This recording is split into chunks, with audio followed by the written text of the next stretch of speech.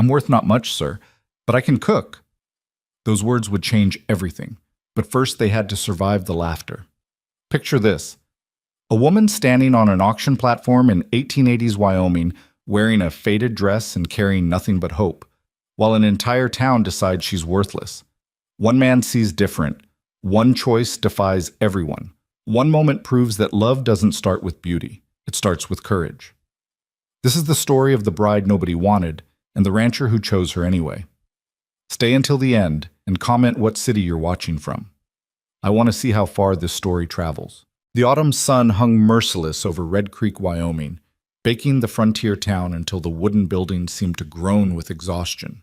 Dust devils spun down the main street, and the air tasted like dried grass and distant promises that never quite arrived. It was the kind of day that made men irritable and women retreat to whatever shade they could find, fanning themselves with folded newspapers and wondering why they'd ever left civilization behind. But today, the heat didn't keep people indoors. Today was auction day. The crowd gathered in the town square, clustered around a makeshift platform constructed from rough-hewn timber that still smelled of pine sap. Men in worn work shirts and sun-damaged hats stood with arms crossed, evaluating. Women in their Sunday dresses whispered behind gloved hands, their eyes sharp with judgment. Children darted between legs, sensing entertainment even if they didn't understand the mechanics of what was about to unfold. This wasn't a cattle auction. This was something the town dressed up in prettier language but couldn't quite disguise for what it truly was. A mail-order bride arrival, where women who'd traveled from the east under promises of marriage and new beginnings were presented to the men who'd paid for their passage. Some called it opportunity. Others called it necessity. A few, in quieter moments, called it desperation on both sides. 3 women had arrived on the morning stage, and 2 had already been claimed. Sarah Mitchell, young and blonde with a practiced smile, had stepped down to immediate applause and been whisked away by a mine owner whose advertisement had promised wealth and security. Eleanor Price, a widow with sad eyes but good teeth, had been collected by a shopkeeper who needed help with his store and his 4-year-old daughter. Now only one remained. Mara Leland stood at the edge of the platform, her fingers clutching a worn leather satchel that contained everything she owned in the world. Her dress had once been blue, a deep, rich blue that had cost her 3 months of wages when she'd bought it in Philadelphia 2 years ago. Now it was sun-faded to something closer to gray, patched at the elbows and let out at the seams more than once. Her boots were cracked across the toes, the kind of wear that spoke of miles walked rather than miles ridden. She was 26 years old, though the sun and hard work had carved lines around her eyes that added years to her appearance. Her brown hair was pulled back in a simple bun, practical rather than fashionable. Her face wasn't the kind that launched ships or inspired poetry. It was the kind that men's gazes slid past on their way to something more compelling. The auctioneer, a portly man named Silas Mensch, who ran the general store, cleared his throat and gestured for Mara to step forward. She did, her movements careful, as if she were walking on ice that might crack beneath her at any moment. "Gentlemen," Silas announced, his voice carrying across the square with practiced authority. "This here is Miss Mara Leland, recently arrived from Philadelphia. She's seeking a husband willing to provide a home in exchange for honest work and companionship." Crowd murmured. Someone in the back laughed. Not cruelly exactly, but not kindly either. The kind of laugh that said, "This ought to be interesting." Silas consulted a piece of paper. "Miss Leland has submitted the following statement. I'm worth not much, sir, but I can cook, and I don't quit."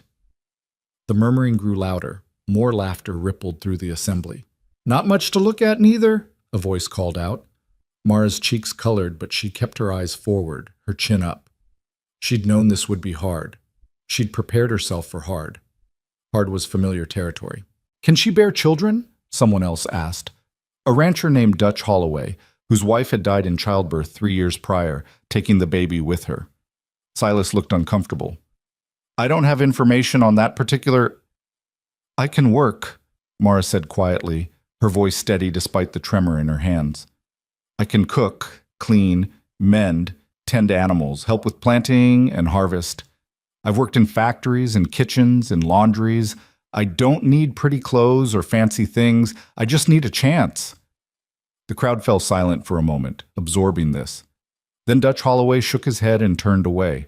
Others followed his lead, conversation resuming in clusters as men discussed whether the remaining work back at their properties was worth abandoning this entertainment. "No bids?" Silas asked, his showmanship faltering. This was awkward. The other women had been claimed so quickly.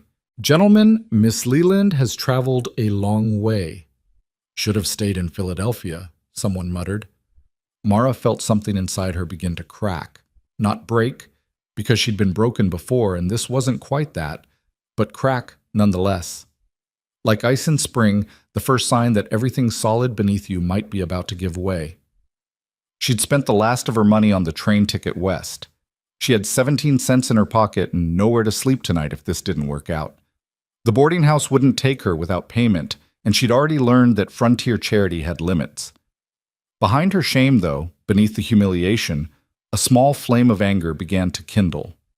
She'd survived a drunk father who'd used his fists more than his words. She'd survived factory work that broke women's backs and spirits. She'd survived Jasper Crane. That was the thing she didn't let herself think about, the memory she kept locked behind iron doors in her mind. And she would survive this too. "I can cook," she said again, louder this time. "I made bread that folks lined up to buy. I can make $1 stretch to $2. I can work 16 hours and still get up the next day. What I can't do is make myself prettier or younger or whatever it is you're all looking for. But if any man here needs someone who won't quit when things get hard, I'm standing right here." The silence that followed was different. Not thoughtful exactly, but less dismissive. One or two men shifted their weight, reconsidering. Then a woman's voice cut through the quiet, sharp, cultured, dripping with false sweetness. "Oh, how inspiring! A woman who can make bread. Surely that's worth a lifetime commitment." Mara turned to see who'd spoken. The woman was perhaps 40, dressed in a burgundy dress that had definitely not been made on the frontier. Camille Rowan, wife of cattle baron Harrison Rowan, whose spread was the largest in 3 counties. Mara had heard about the Rowans even before arriving. Everyone had. They were the closest thing Red Creek had to aristocracy. Mrs. Rowan smiled, the kind of smile that never reached the eyes. "I do hope one of these gentlemen takes pity on you, dear. Though I suspect they're all calculating whether your cooking skills are worth looking at that face across the breakfast table every morning."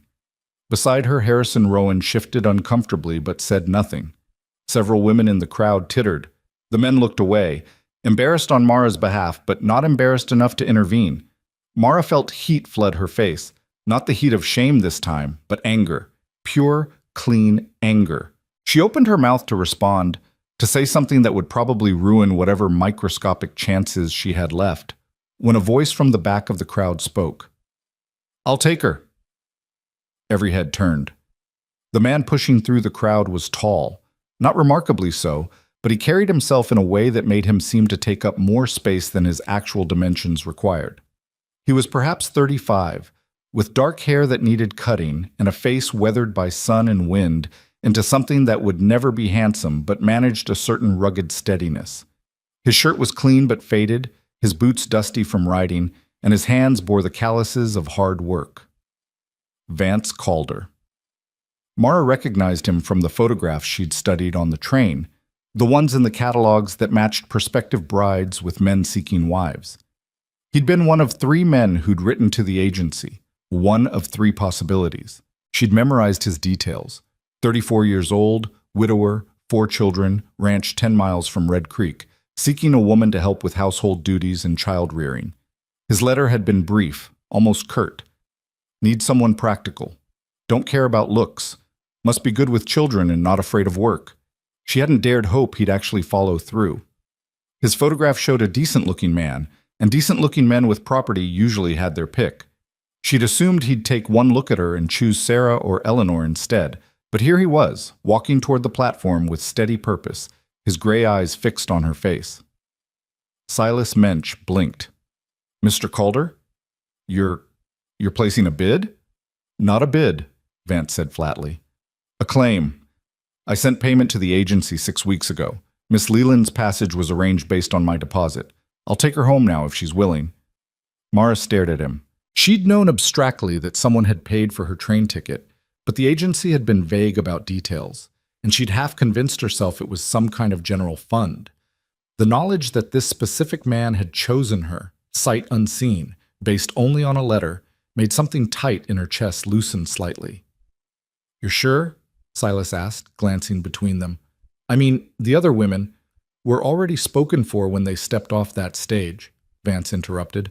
"Miss Leland is who I arranged to meet." He finally looked at Mara directly. "If she's agreeable to the terms we discussed in writing." It took Mara a moment to find her voice. Yes, I'm agreeable." "Then we're done here."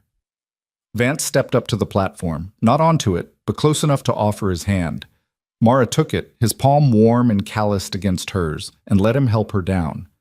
Her legs felt strange, as if the solid ground beneath her boots wasn't quite solid anymore. The crowd had gone silent again, but this time the quality of the silence was different, speculative, surprised. Mrs. Rowan's expression had shifted from smug superiority to something harder to read, annoyance perhaps, that her entertainment had been cut short. "Well," Silas said, recovering his composure, "congratulations to you both. I'll need you to sign some papers, Mr. Calder, and tomorrow," Vance said curtly. "It's a 2-hour ride to the ranch, and I want to get back before dark. We'll handle the paperwork next time I'm in town." He didn't wait for a response. With his hand still loosely holding Mara's elbow, not possessively, but steadying the way you might guide someone through a crowd, he began walking toward a wagon hitched at the edge of the square. Mara matched his pace, her heartbeat loud in her ears. Behind them, the crowd's murmur swelled into full conversation, speculation and gossip already beginning to spin the story of what they'd just witnessed. "Let them talk," Vance said quietly, as if reading her thoughts. "They'll talk anyway." The wagon was practical rather than pretty. A working vehicle with worn benches and hay scattered in the bed. A sturdy brown horse stood in the traces, flicking flies away with its tail. Vance helped Mara up to the bench, then circled around to climb up beside her. He didn't speak as he released the brake and clicked to the horse. The wagon lurched forward, wheels creaking, and Red Creek began to recede behind them. Mara sat stiffly, her hands folded in her lap, trying to process what had just happened. One moment she'd been standing on that platform, convinced her life was about to take another turn toward disaster, and the next she was sitting beside a man she'd never met, heading toward a home she'd never seen, to care for children she'd never spoken to. The rational part of her brain whispered that this was insane, that she was getting into a wagon with a stranger and riding off into empty country where no one would hear her scream, that she knew nothing about Vance Calder except what he'd written in a few brief letters, and men lied in letters all the time. But the rest of her, the larger, more desperate part, whispered that insanity was relative, that staying in Red Creek with 17 cents and no prospects was arguably more insane than taking a chance on a man who'd looked past her worn dress and weathered face and said, "I'll take her." They rode in silence for perhaps 20 minutes, the town falling away until there was nothing but rolling grassland and distant mountains. The sun was beginning its slow descent toward the western horizon, painting the landscape in shades of amber and gold. Finally, Vance spoke. "The children are expecting you." Mara turned to look at him. His eyes remained fixed on the road ahead. "I wrote them about you," he continued. "Told them a woman was coming to help around the house. They're—" He paused, searching for words. "They're good kids, but they've been through a lot. Lost their mother 2 years back. Been managing without much female guidance since." "I'll do my best," Mara said quietly. "That's all I ask?" Vance glanced at her briefly, then back at the road. "I won't pretend this is a love match, Miss Leland. You need a home. I need help. That's the arrangement. But I keep my word, and I expect you to keep yours. I'll provide food, shelter, and protection. You'll handle the house, the cooking, and help with the children. We'll give each other respect and space. Fair?" "Fair," Mara agreed, though something in his words stung in a way she couldn't quite name. Of course this wasn't a love match. She'd known that. She hadn't come west dreaming of romance. She'd come west because the alternative was starving in Philadelphia or ending up back in Jasper Crane's clutches, and neither of those options was bearable. "The children," Vance continued, his voice softening slightly. "Thomas is 12. Responsible, takes things too serious. Grace is 9, quiet, likes to read. Daniel is 6, all energy, into everything. And Ruby just turned 4. She doesn't remember her mother much anymore, and that... He trailed off. That must be hard, Mara said gently. Vance's jaw tightened. Life's hard. We manage. They fell back into silence. Mara watched the landscape roll past, trying to imagine what lay ahead. 4 children. 4 young people who'd already lost one mother, now being presented with a replacement they hadn't chosen. The thought made her stomach twist with anxiety. The wagon crested a rise and Vance pointed ahead. There. Mara looked where he indicated and saw a cluster of buildings in the valley below. A main house, a barn, several outbuildings, all arranged around a dusty yard. Smoke rose from the chimney, thin and wispy in the evening air. It looked tired, she thought, like everything was functioning but nothing was thriving. As they descended toward the property, Mara could see details emerging. The fence posts needed mending. Weeds had overtaken what might once have been a vegetable garden. The barn door hung slightly crooked on its hinges. These weren't signs of laziness. She could see evidence of hard work everywhere, from the neatly stacked firewood to the repaired roof on the chicken coop, but rather signs of one person trying to do the work of 2, maybe 3. The wagon rolled to a stop in front of the house. Before Vance could set the brake, the front door burst open and children spilled out onto the porch. Mara's first impression was of eyes. 4 sets of them, ranging from curious to suspicious to cautiously hopeful, all fixed on her with an intensity that made her want to squirm. Thomas stood at the back, tall for 12, with his father's dark hair and a serious expression that made him look older than his years. Grace hovered beside him, a slip of a girl with braids coming loose from their ribbons. Daniel bounced on his toes at the front of the group, unable to stand still. And Ruby clutched a rag doll to her chest and peered at Mara from behind her older sister. "Children," Vance said as he climbed down from the wagon. "This is Miss Leland. She'll be staying with us." "Are you going to be our new Ma?" Daniel asked immediately, his voice high and clear. "Daniel," Thomas hissed. "Don't—" "It's all right," Mara said quickly, climbing down from the wagon with less grace than she would have liked. Her legs had stiffened during the ride, and she nearly stumbled before catching herself. "I'm here to help your father and take care of the house. We'll see about the rest." Grace studied her with solemn eyes. "Can you cook?" "Yes," Mara said. "I can cook." "Better than Pa?" Daniel pressed. Despite everything, the exhaustion, the anxiety, the strangeness of her situation, Mara felt a smile tug at her lips. "I don't know how your Pa cooks, so I can't say for certain, but I promise I'll do my best to make good meals." Vance had retrieved her satchel from the wagon and now stood holding it awkwardly, as if unsure what to do next. "Thomas, show Miss Leland to the spare room. Grace, help her get settled. Daniel, tend to the horse.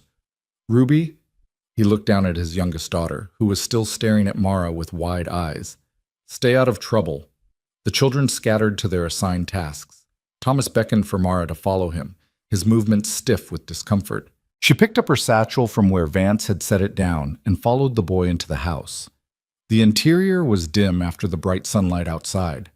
Mara's eyes adjusted slowly, revealing a main room that served as kitchen, dining area, and living space. A large stone fireplace dominated one wall, currently cold and dark. A wooden table with mismatched chairs stood near the center. Shelves lined the walls, holding dishes, pots, and various supplies in haphazard organization. It was clean, or at least cleaner than she'd expected, but there was a heaviness to the space, as if the walls themselves remembered better days and mourned their passing.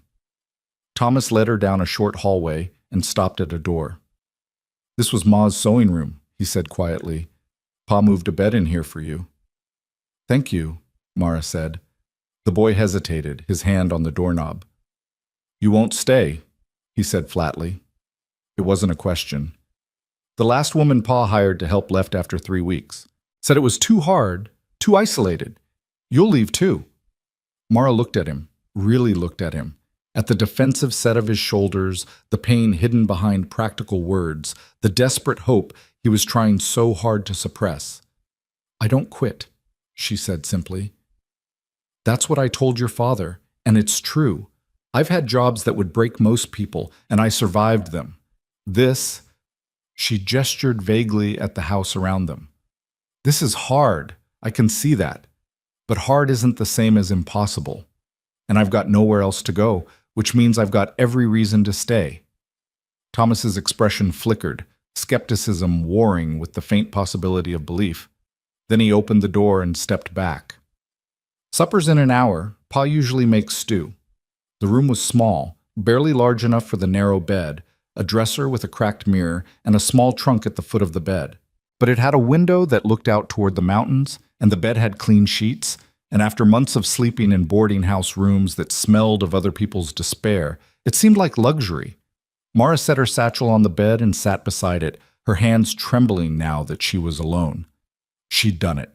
She'd actually done it. She'd gotten off that platform, gotten into the wagon, and now she was here, in a strange house with strange people, about to begin a strange life. A knock on the doorframe made her look up. Grace stood there, still clutching her braids. "Do you need anything?" the girl asked. "Water to wash? There's a basin in the kitchen." "That would be lovely, thank you." Grace nodded and disappeared. Mara stood and began unpacking her meager belongings.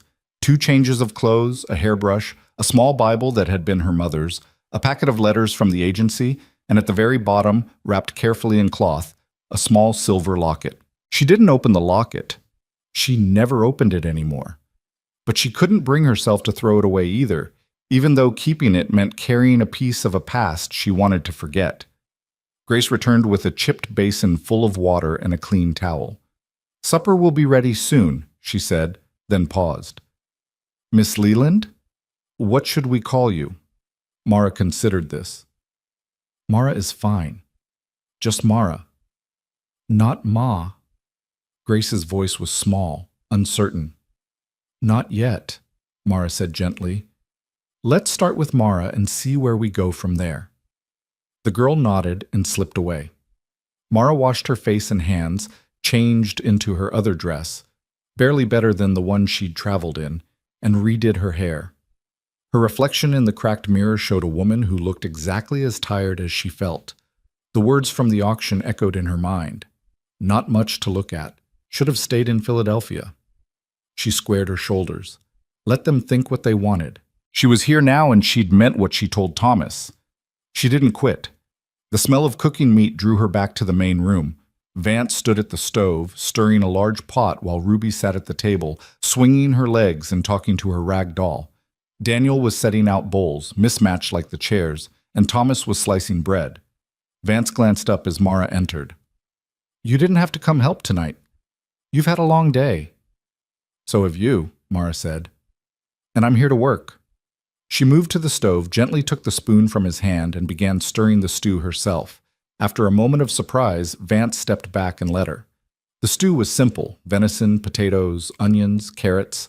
Not bad, but it could use more seasoning. Mara spotted a small collection of herbs hanging near the window and added a pinch of dried thyme. The children watched her with varying degrees of curiosity.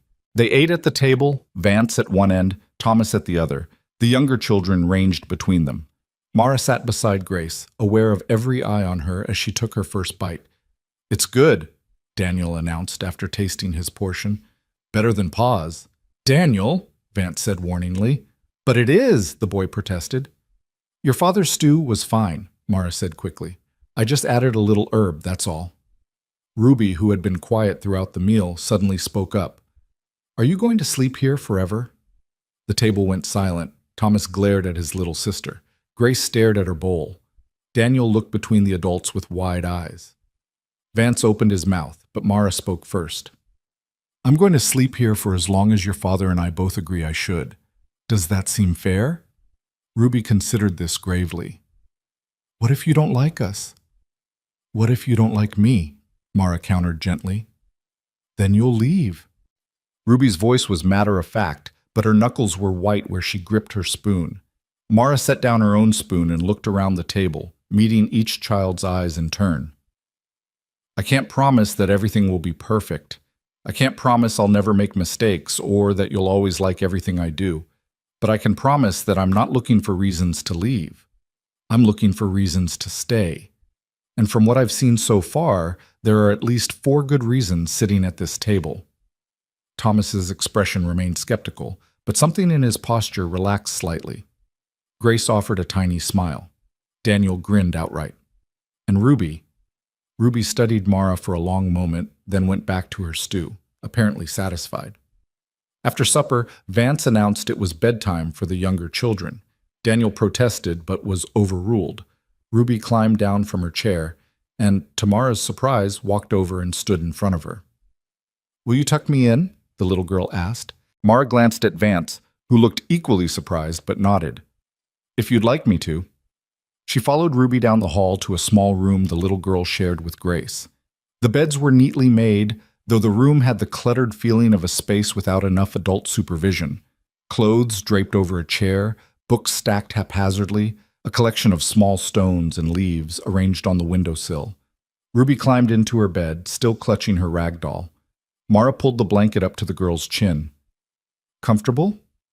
"Mama used to sing," Ruby said quietly. "Pa can't remember the words." Mara's throat tightened.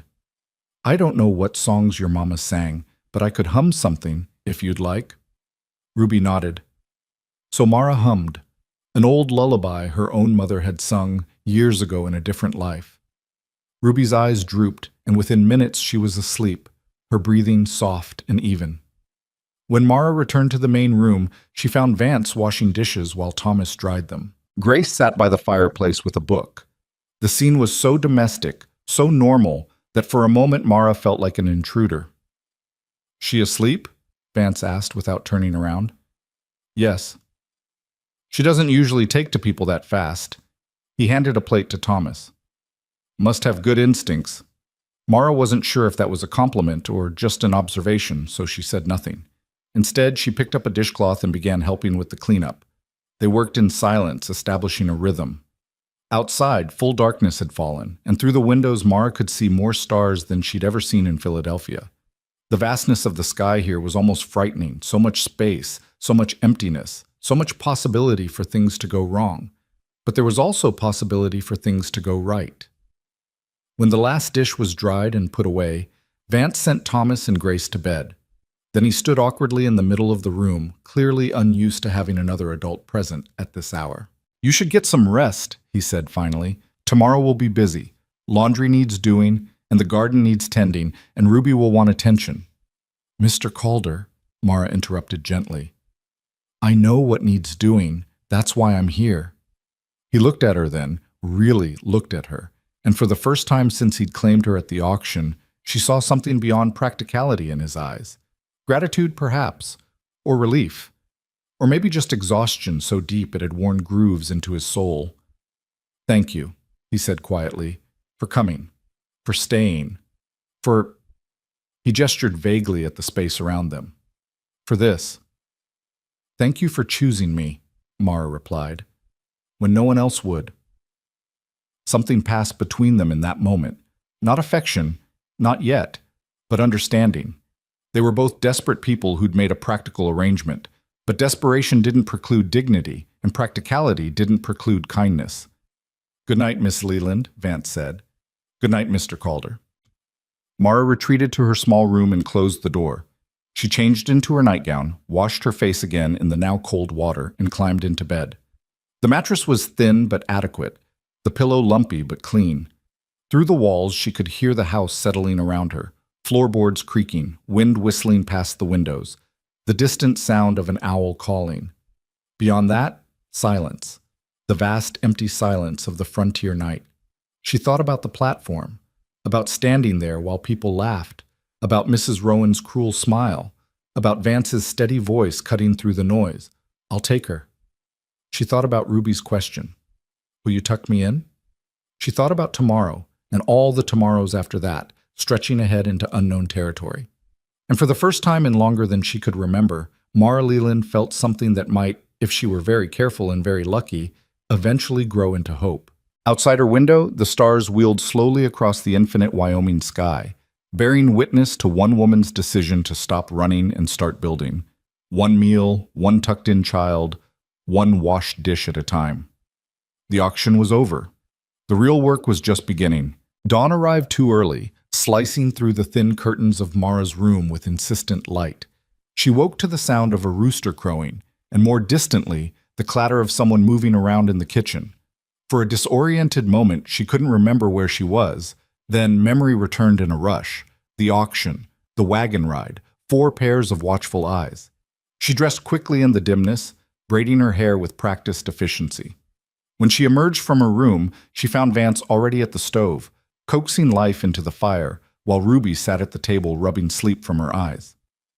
"You're up early," Vance said without turning around. "So are you," Mara replied, moving to take over at the stove. "Let me." He hesitated, then stepped aside. "Coffee's in the tin, eggs in the basket by the door. Usually just scramble them." Mara surveyed the kitchen with a more critical eye than she'd managed the night before. The space was functional but joyless, everything arranged for efficiency rather than comfort. Dish towels hung crooked on their hooks.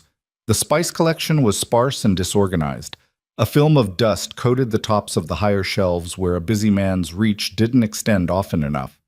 She found the coffee, started it brewing, then located the eggs. There were only 6, not enough for 5 people if everyone got a decent portion. She'd need to check the henhouse later, see what production looked like. While the eggs cooked, she sliced yesterday's leftover bread and set the table. Grace appeared, followed by Daniel, both moving with the sluggish uncertainty of children who hadn't slept quite enough. Thomas was last, already dressed in work clothes, his expression set in that serious mask that seemed to be his default. They ate quickly, efficiently. Vance outlined the day's work between bites: fence repairs in the north pasture, checking the irrigation channels, mucking out the barn. Thomas would help him. The other children had their own chores. Mara was to familiarize herself with the house and property, see what needed doing most urgently. "There's a root cellar around back," Vance said. "Supplies are running low. We'll need to go to town for provisions next week." He paused, his jaw tightening slightly.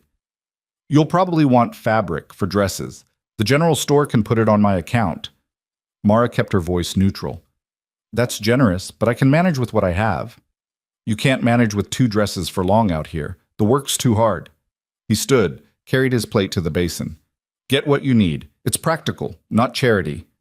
Before she could respond, he was out the door, Thomas trailing behind him. The other children scattered to their assigned tasks: Grace to make the beds, Daniel to collect eggs, Ruby to stay out of everyone's way, though no one said it quite that bluntly. Mara stood in the sudden quiet of the kitchen, surrounded by dirty dishes and the fading warmth of the fire. She rolled up her sleeves and got to work. The next week unfolded in a rhythm of discovery and adjustment. Mara learned the geography of the ranch, where the well water ran coldest, which hens were broody and which were reliable layers, how the afternoon wind always came from the west and brought dust with it. She learned the children's patterns too. Grace hid when she was sad, taking her books to a small clearing behind the barn where an old log made a decent seat. Daniel's endless energy masked a desperate need for approval.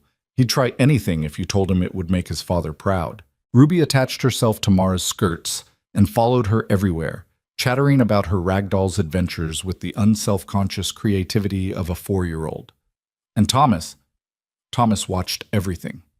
He was always nearby when Mara attempted something new, ready to criticize or correct, testing her competence and her staying power with equal measure. "That's not how Ma folded the linens," he said on the 3rd day, appearing in the doorway while Mara worked. She didn't look up from her task. "How did she fold them?" He showed her a different technique, corners tucked more precisely. Mara tried it his way. It worked better. "Thank you," she said simply. He blinked, surprised by her lack of defensiveness. "You're welcome."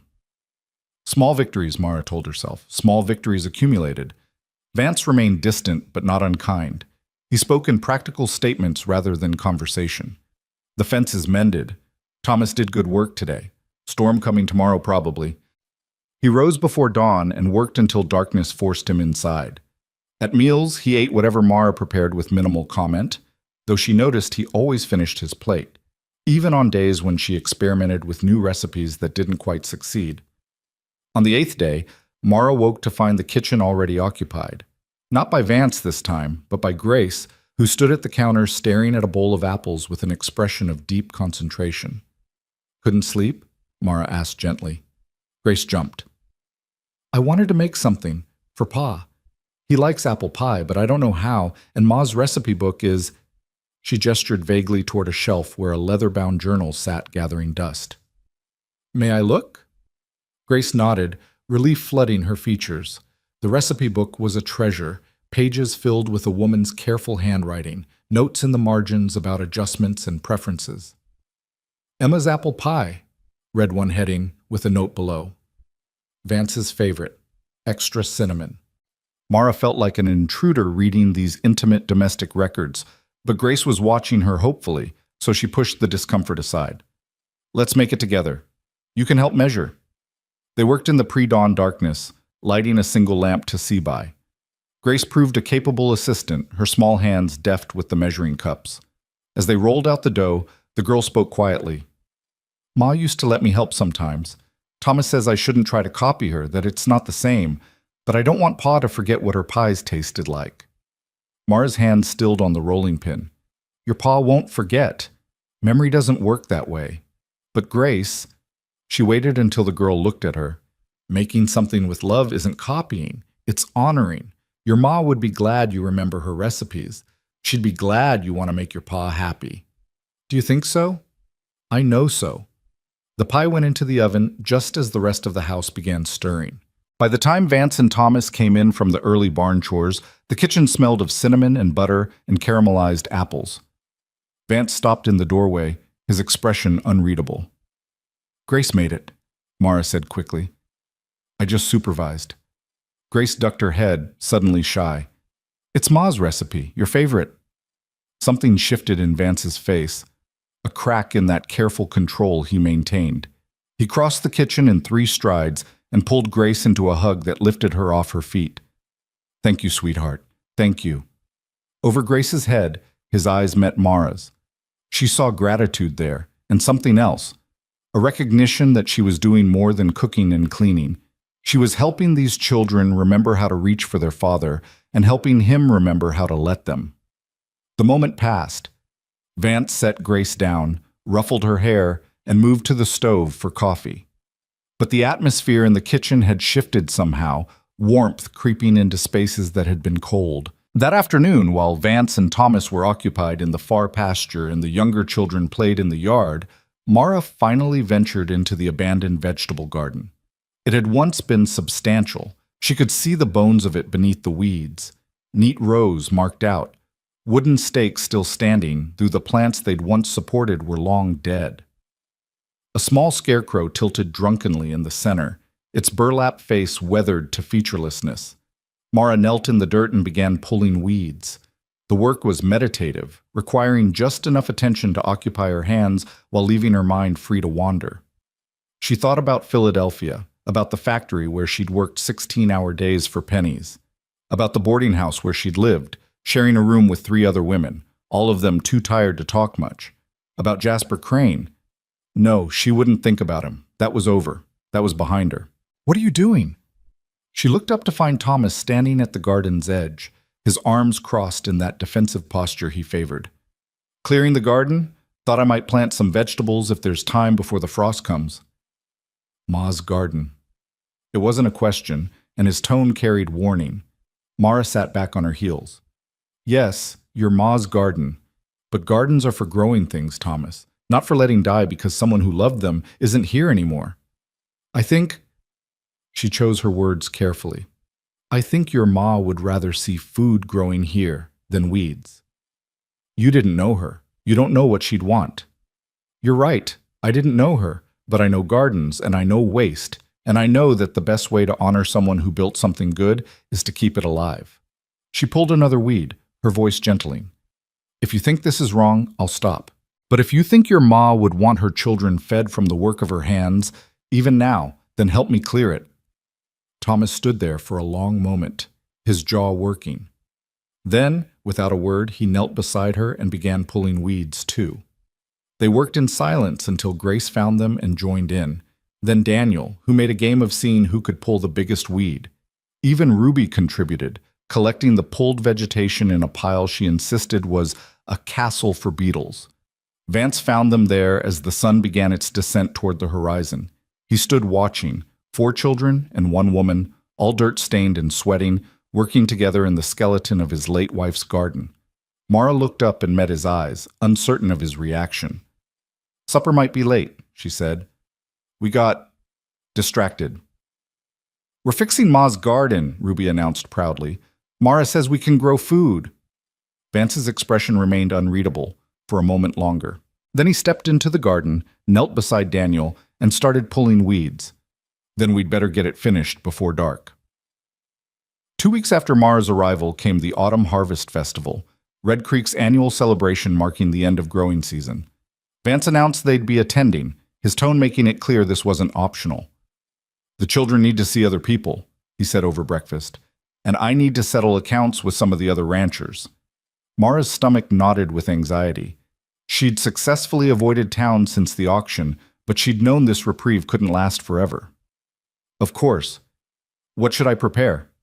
"It's a potluck. Folks bring dishes to share." Vance paused. "Emma used to make a vinegar coleslaw. People expected it." The expectation hung in the air. Grace looked between them, worry creasing her young face. "I can try the coleslaw," Mara said carefully. "Or I could make something else. Something that's mine instead of trying to copy what your wife made." Vance considered this. "Make what you're good at." So Mara made bread.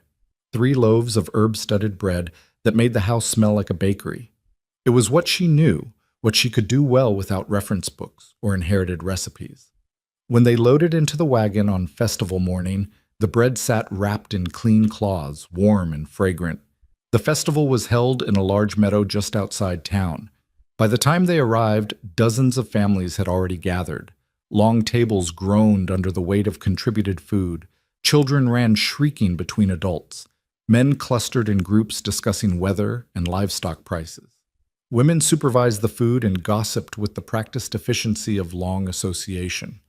Mara climbed down from the wagon, her hands smoothing nervously over her dress. The same faded blue she'd worn to the auction, now cleaned and mended as best she could manage. She was conscious of eyes turning toward them, conversations pausing mid-sentence. "Stay close," Vance said quietly, and she realized with a start that he meant it as protection, not instruction. They approached the food tables. Mara set her bread down among the other offerings, trying not to notice how her simple loaves looked beside elaborate cakes and beautifully presented salads. A woman standing nearby, older, with kind eyes and work-worn hands, smiled at her. "You're the new Mrs. Calder, aren't you? I'm Martha Hendricks. My husband owns the spread east of yours." "I'm not." Mara started to correct the title, then stopped. What was she exactly? Not a wife, not officially, not a housekeeper, not really. Something in between that had no good name. "It's nice to meet you." "Your bread smells wonderful. Used to bake for a living?" "I worked in a bakery for a while, in Philadelphia." "Big city girl, then. Must be quite an adjustment out here." There was no judgment in Martha's tone, just curiosity. Mara found herself relaxing slightly. "Different, yes, but not bad different."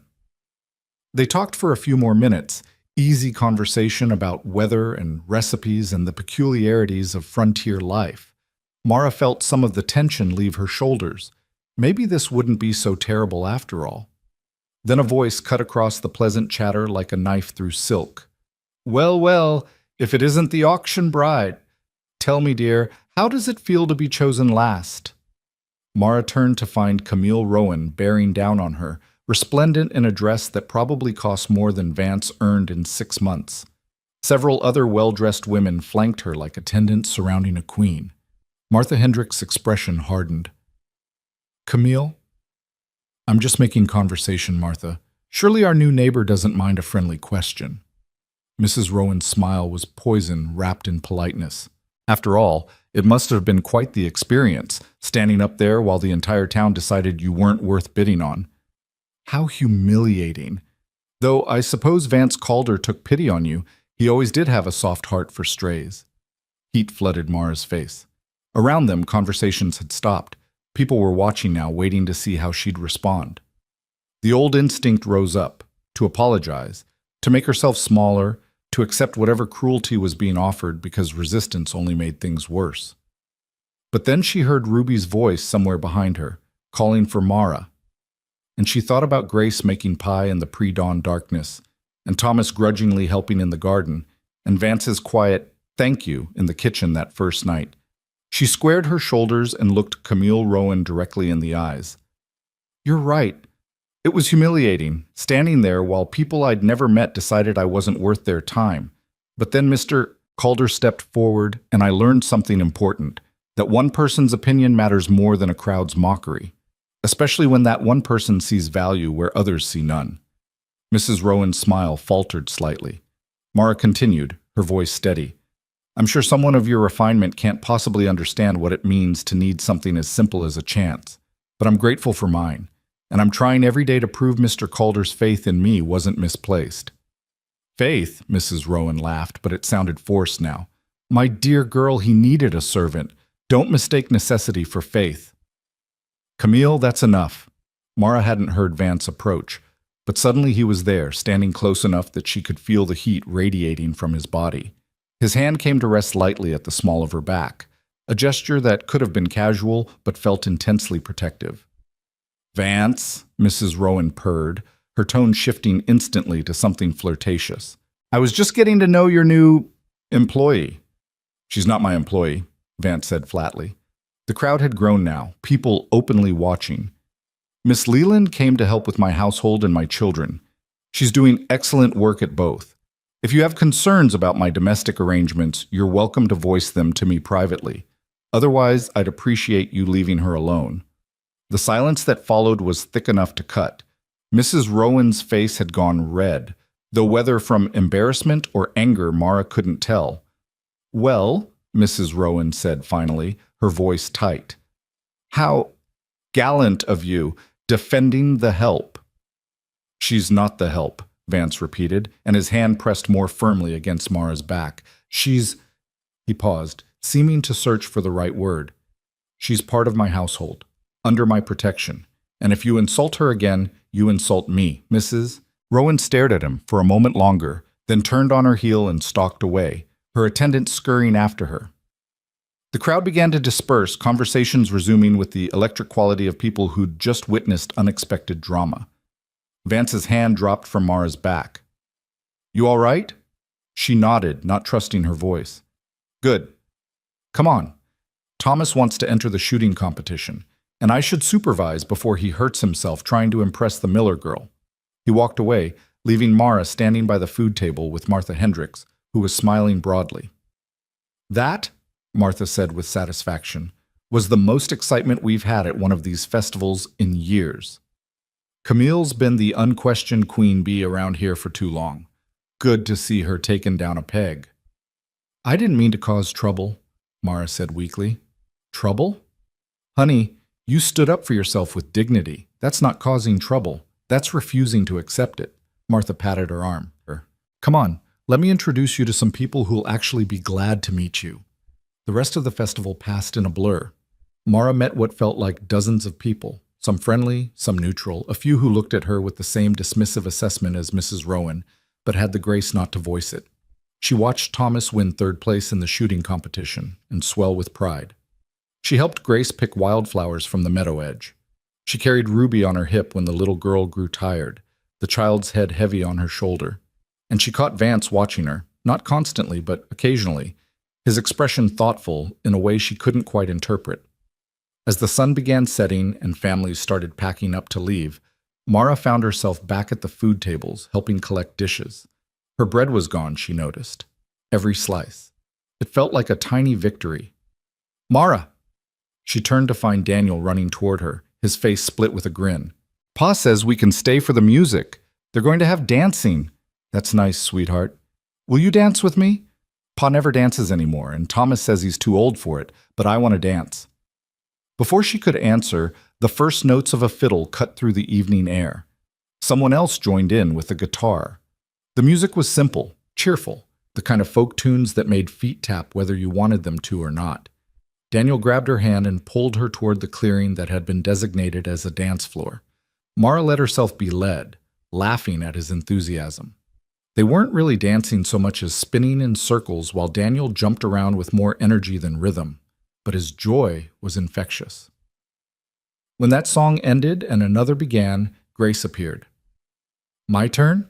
Mara danced with Grace, then with Ruby, whom she lifted and spun until the child shrieked with delight. Other children joined in, forming a loose circle of dancing, laughing young people. Mara found herself genuinely smiling, the tension of earlier melting away in the music and movement. Then the tempo changed. The fiddle player called out, "Partner dance!" and the children scattered, giggling, leaving Mara standing alone in the clearing. She started to retreat to the sidelines when a hand touched her elbow. "May I?" She turned to find Vance standing there, his expression uncertain in a way she'd never seen it. Around them, other couples were pairing up, husbands and wives, sweethearts, even friends who just wanted to dance. "You don't have to," Mara said quickly. "I know you said you don't dance anymore." "Daniel's been after me to try for months. Seems like a good night for it." He offered his hand. "If you're willing." She placed her hand in his, and he led her into a simple waltz position, one hand at her waist, the other holding hers, proper distance maintained between them. They began to move, awkward at first as they found the rhythm, then smoother as the music carried them. Vance was a decent dancer, she discovered. Not fancy, but solid, confident in his movements. He led well, giving her time to follow. "Thank you," she said quietly as they turned, "for what you said earlier, to Mrs. Rowan." "I meant it. You didn't deserve that treatment. A lot of people think I do. The leftover bride." She tried to keep her tone light, but bitterness crept in anyway. Vance's hand tightened at her waist. "A lot of people are fools. Their opinion doesn't change the facts." "What facts?" "That you've worked harder in 2 weeks than most people work in 2 months. That my children are happier than they've been in 2 years. That my house feels like a home again instead of just a place we sleep." He met her eyes directly. "That I chose you not because no one else was left, but because your letter was honest and I needed honesty more than I needed beauty or refinement." Mara's throat tightened. "I'm not sure I believe that." "Then watch," Vance said simply. "Watch how things unfold, and maybe you'll start to believe it." The song ended. They separated, that proper distance reasserting itself. But something had shifted. Some invisible boundary had been crossed, or at least approached close enough to see what lay on the other side. The ride home was quiet, the children dozing in the wagon bed while Mara and Vance sat on the bench. The stars were brilliant overhead, unfamiliar constellations wheeling through the immense dark sky. "They talked about you," Vance said abruptly. "After Emma died. Said I should remarry quickly, get someone to take care of the children. Like it was that simple. Like any woman would do as long as she could cook and clean." Mara waited, sensing he needed to finish this thought. "I tried hiring help instead. 3 different women over the course of a year. They all left. Too hard, they said, too isolated, too much work." He paused. "So I wrote to the agency, listed what I needed, got 3 responses. Yours was the shortest. Just facts. No promises of devotion or pretty words, just..." He seemed to be searching for the right phrase. "Just enough honesty to make me believe you'd stay." "I will stay," Mara said softly. "As long as you'll have me." "Good." They didn't speak again until the ranch came into view, dark except for the lamp they'd left burning in the window. As Vance pulled the wagon to a stop, Ruby stirred in the back. "Are we home?" she asked sleepily. "Yes, sweetheart," Vance replied. "We're home." Mara helped carry the drowsy children inside, tucking them into their beds with the practiced efficiency she'd developed over the past weeks. When she returned to the kitchen, Vance was banking the fire for the night. "That was a good day," he said without turning around. "Thank you for being part of it." "Thank you for defending me." He did look at her then, his expression serious in the firelight. "You don't need to keep thanking me for basic decency, Miss Leland. It's what you're owed." "Then the same goes for you, Mr. Calder." They stood there in the dimness, the fire crackling softly, neither quite willing to retreat to their separate rooms. Finally, Vance cleared his throat. "Good night, Miss Leland." "Good night, Mr. Calder." Mara lay in bed that night, replaying the day. The confrontation, the dancing, Vance's unexpected defense. Most of all, she replayed his words. I chose you not because no one else was left, but because your letter was honest. For the first time since stepping onto that auction platform, she let herself believe that maybe, just maybe, she wasn't just someone's last resort. Maybe she was someone's actual choice. Outside her window, Wyoming stretched vast and dark beneath its canopy of stars. And inside this small room, in this strange house, Mara Leland finally allowed hope to take root and begin, slowly, tentatively, to grow. The morning after the festival dawned cold and clear, the first real hint that autumn was sliding toward winter. Mara woke to frost patterns on her window and the sound of Vance already moving around in the kitchen. She dressed quickly, her breath visible in the chilled air of her small room, and emerged to find him wrestling with the cantankerous stove. Damn things being temperamental, he muttered, then caught himself. Pardon the language. I've heard worse. Mara moved to help, adjusting the flue in a way that made the fire catch properly. There. Should burn better now. They worked together preparing breakfast, a routine that had become comfortable over the past weeks. Vance sliced bacon while Mara mixed batter for pancakes. The children filtered in one by one, Ruby still half asleep and clutching her rag doll, Daniel bouncing with his usual morning energy despite the late night. Can we go back to the festival today? Daniel asked around a mouthful of pancake. It's over, son, Vance said. Back to regular work. The boy's face fell, but he didn't argue. Thomas ate in silence, already mentally preparing for whatever tasks his father had planned. Grace kept glancing at Mara with a small smile, as if they shared some secret understanding after the previous day's events. The week that followed settled into a deeper rhythm than before. Mara found herself anticipating the household's needs before they arose, knowing that Thomas preferred his coffee black, while Vance took his with a little sugar, that Ruby needed extra time in the mornings to fully wake up, that Grace would retreat to her clearing when the weight of missing her mother grew too heavy. She also noticed things changing in how the children approached her. Daniel started bringing her small treasures, interesting rocks, a bird's feather, a piece of colored glass he'd found near the creek. Grace asked her opinion on which dress to wear, which book to read next.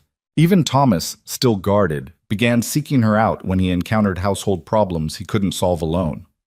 The lamp in Pa's room is smoking, he said one afternoon, appearing in the kitchen where Mara was kneading bread dough. I cleaned the chimney, but it's still doing it. Could be the wick needs trimming. Want me to show you how?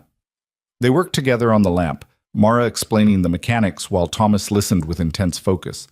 When the lamp burned clean again, he nodded with satisfaction. Ma used to do this, he said quietly. I never paid attention to how. You're paying attention now. That's what matters. He looked at her then, really looked at her, and some of the guardedness in his expression eased. You're not trying to replace her.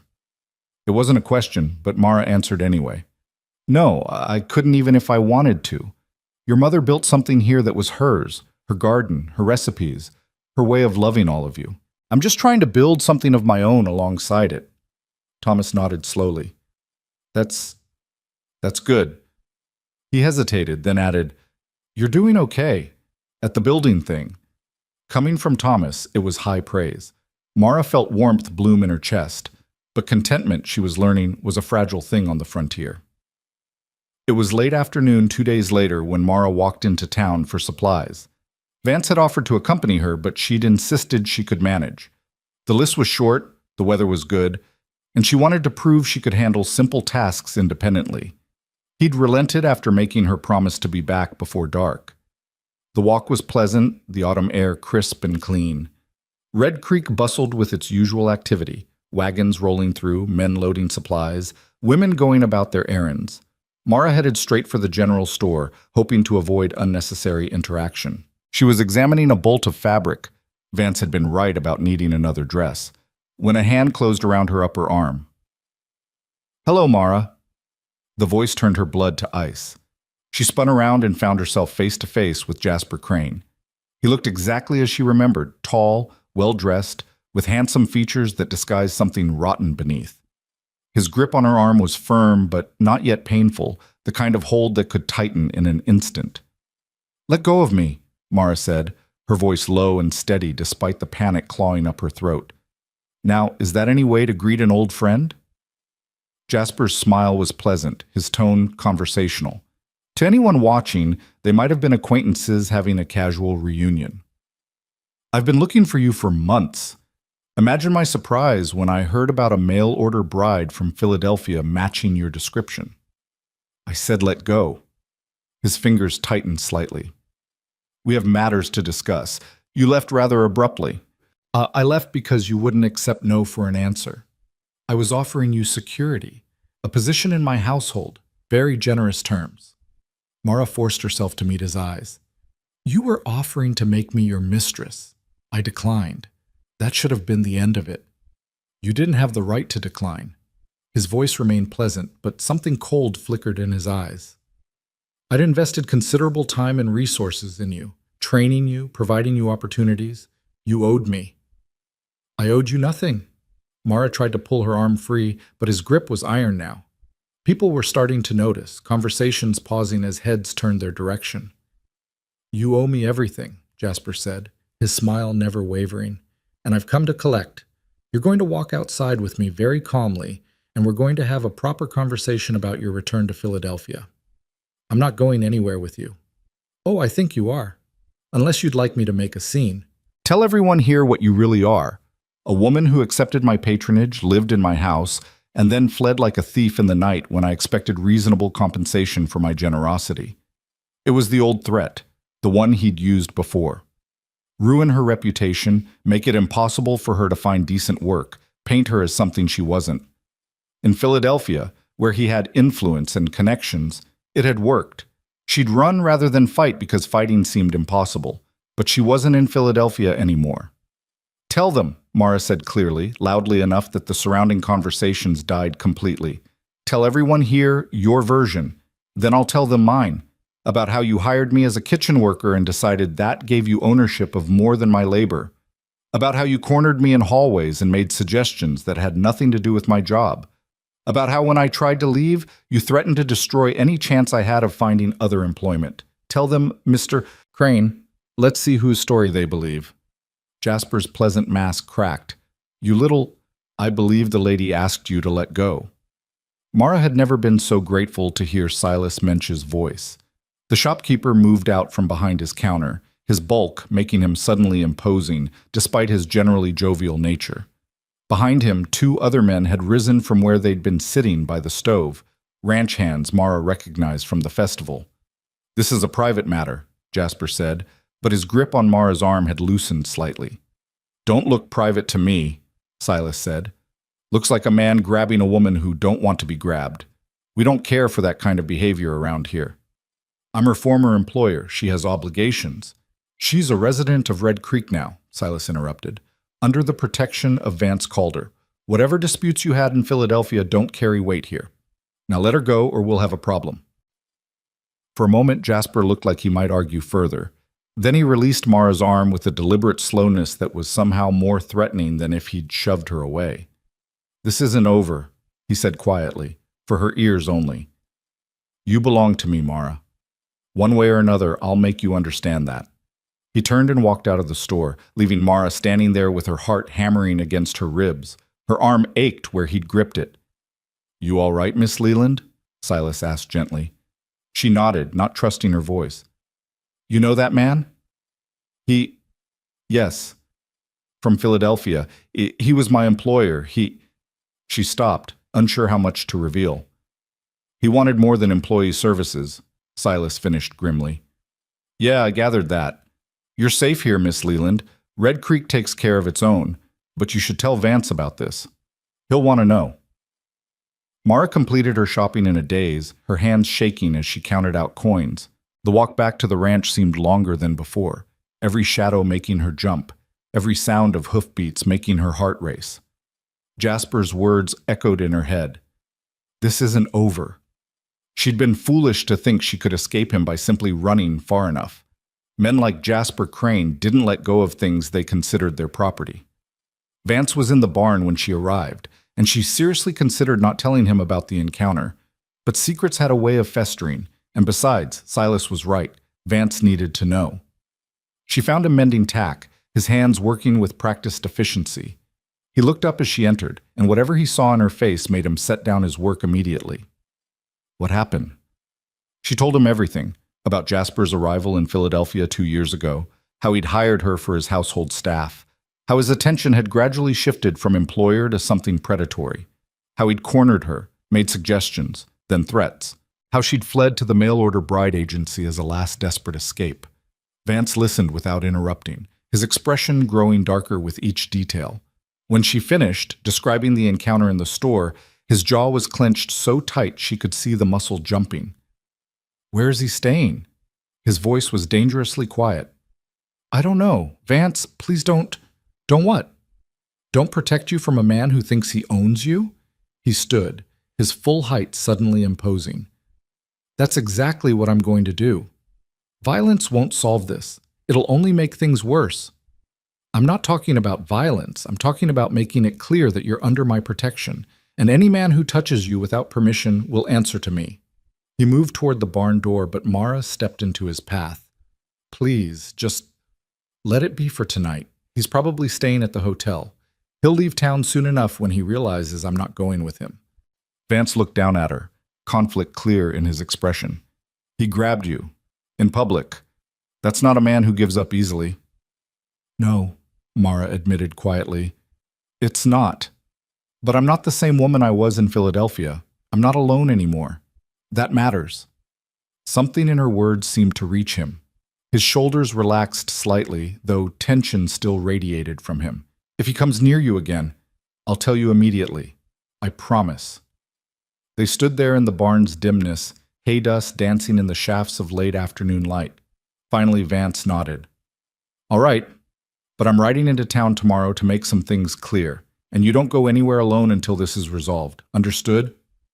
Understood. That night, Mara lay awake long after the house had gone silent. She kept seeing Jasper's face, hearing his voice. You belong to me. The words made her skin crawl, made her want to scrub herself clean of the memory of his hand on her arm. She must have eventually slept because she woke to Ruby's scream.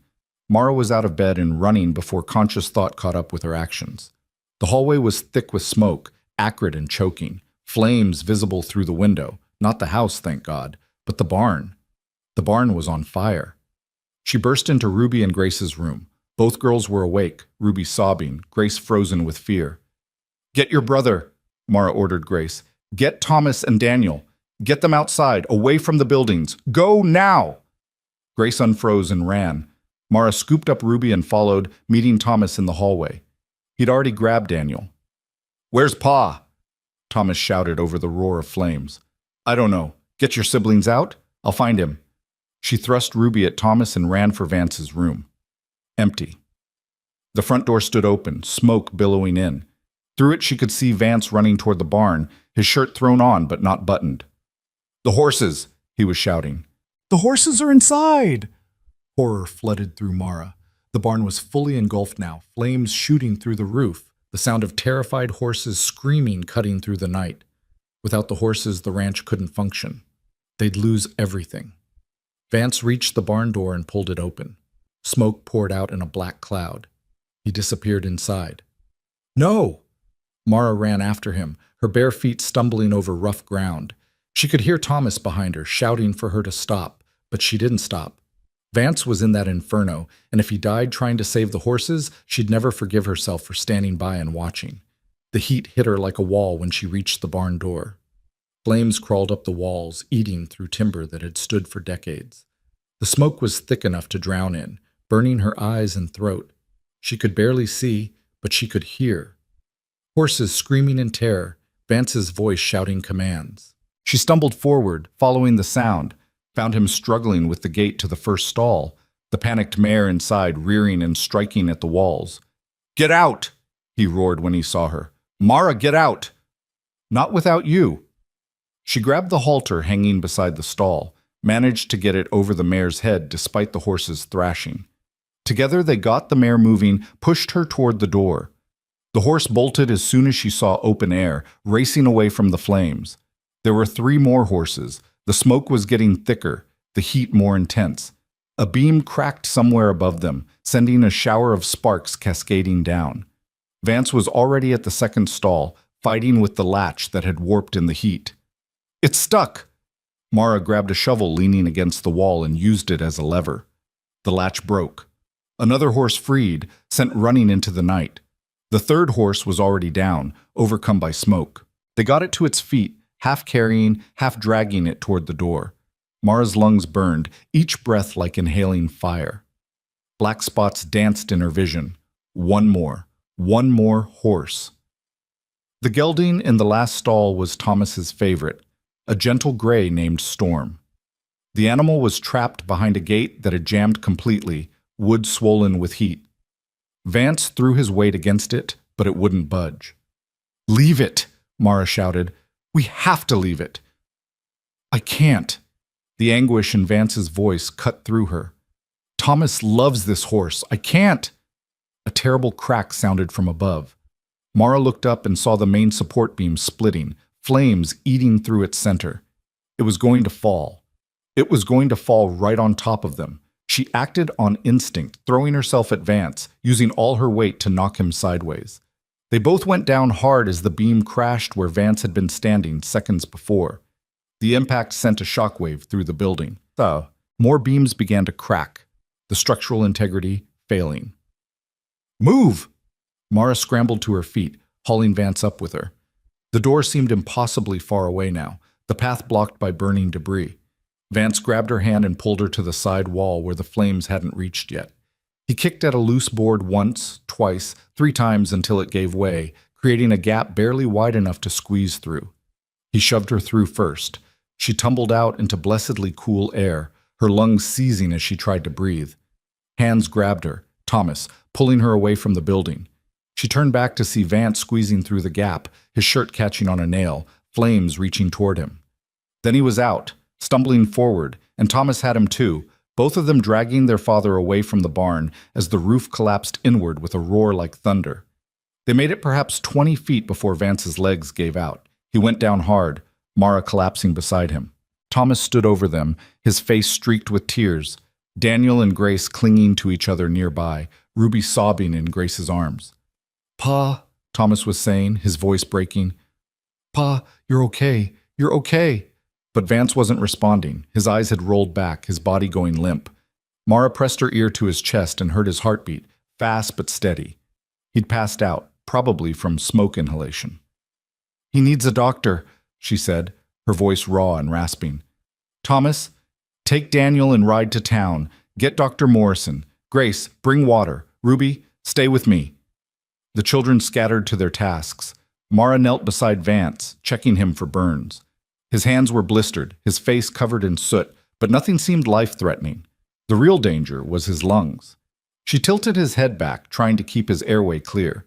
Behind her, the barn continued to burn, collapsing in on itself in stages, each crash sending up fresh towers of sparks into the night sky. 3 horses stood in the yard, trembling but alive. Storm was gone. Grace returned with water. Mara used a torn piece of her nightgown to wet Vance's face, cleaning away some of the soot, checking his breathing. It was labored but present. "Is he going to die?" Ruby asked in a small voice. "No," Mara said firmly, with more confidence than she felt. "He's going to be fine." She looked at the burning barn, at Vance unconscious on the ground, at 4 frightened children depending on her to know what to do. This was disaster. This was everything falling apart. But she was still here, still breathing, still able to act. "Grace, get blankets. Your father will need them when he wakes. Ruby, stay close to your sister. Daniel went with Thomas, so it's just us for now. We're going to take care of your pa, and we're going to be okay." Grace ran for the house. Ruby stayed pressed against Mara's side. They waited there in the flickering light of the burning barn, watching over Vance as his breathing slowly steadied and deepened. It wasn't until later, much later, after Dr. Morrison had arrived and declared Vance lucky to be alive, after they'd moved him into the house and settled him in his bed, after the fire had burned down to smoldering coals and the first light of dawn was breaking over the mountains, that Thomas found the evidence, a kerosene can, empty, deliberately placed behind the barn where no one would normally go. The fire hadn't been an accident. Mara stood looking at the can in Thomas's hands, and she knew with absolute certainty who had set the blaze. Jasper Crane had made good on his threat. If he couldn't have her, he'd destroy everything she was building. He'd nearly killed Vance, nearly orphaned 4 children, nearly burned away the first real home she'd found in years. And he wasn't done yet. The sun rose on a scene of devastation, the barn reduced to blackened timber and ash, 3 traumatized horses huddled together in the paddock, and Vance Calder lying unconscious in his bed, the smell of smoke clinging to everything. Mara sat beside him, holding his blistered hand carefully in hers, watching his chest rise and fall. The children had finally fallen asleep in various locations around the house, exhaustion overcoming fear. She'd been wrong, she realized. She'd thought running to Wyoming would be enough. She'd thought becoming part of a household would protect her. But Jasper had followed her across a continent. He'd committed arson. He'd nearly committed murder. And she knew, with cold certainty, that he wouldn't stop until she confronted him directly. Vance's eyes fluttered open. He looked at her, confusion clouding his features before memory returned. The horses? 3 survived. Storm. She couldn't finish. Pain flickered across his face, but he nodded. Thomas? Holding together. Barely. They all are. He tried to sit up, winced, fell back. The fire. Was it deliberate? Yes. We found the kerosene can. Vance's eyes darkened with understanding. Crane. I'm sorry, Mara whispered. I brought this to your door. I should never have. Don't. His hand tightened on hers despite the pain it must have caused. This isn't your fault. A man who'd burn a barn to make a point is capable of anything, which means...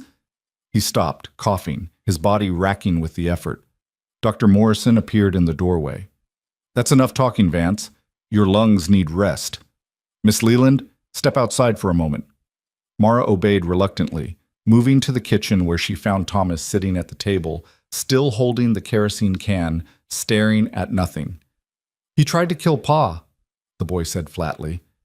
That man from Philadelphia. He tried to kill my father. I know. What are you going to do about it?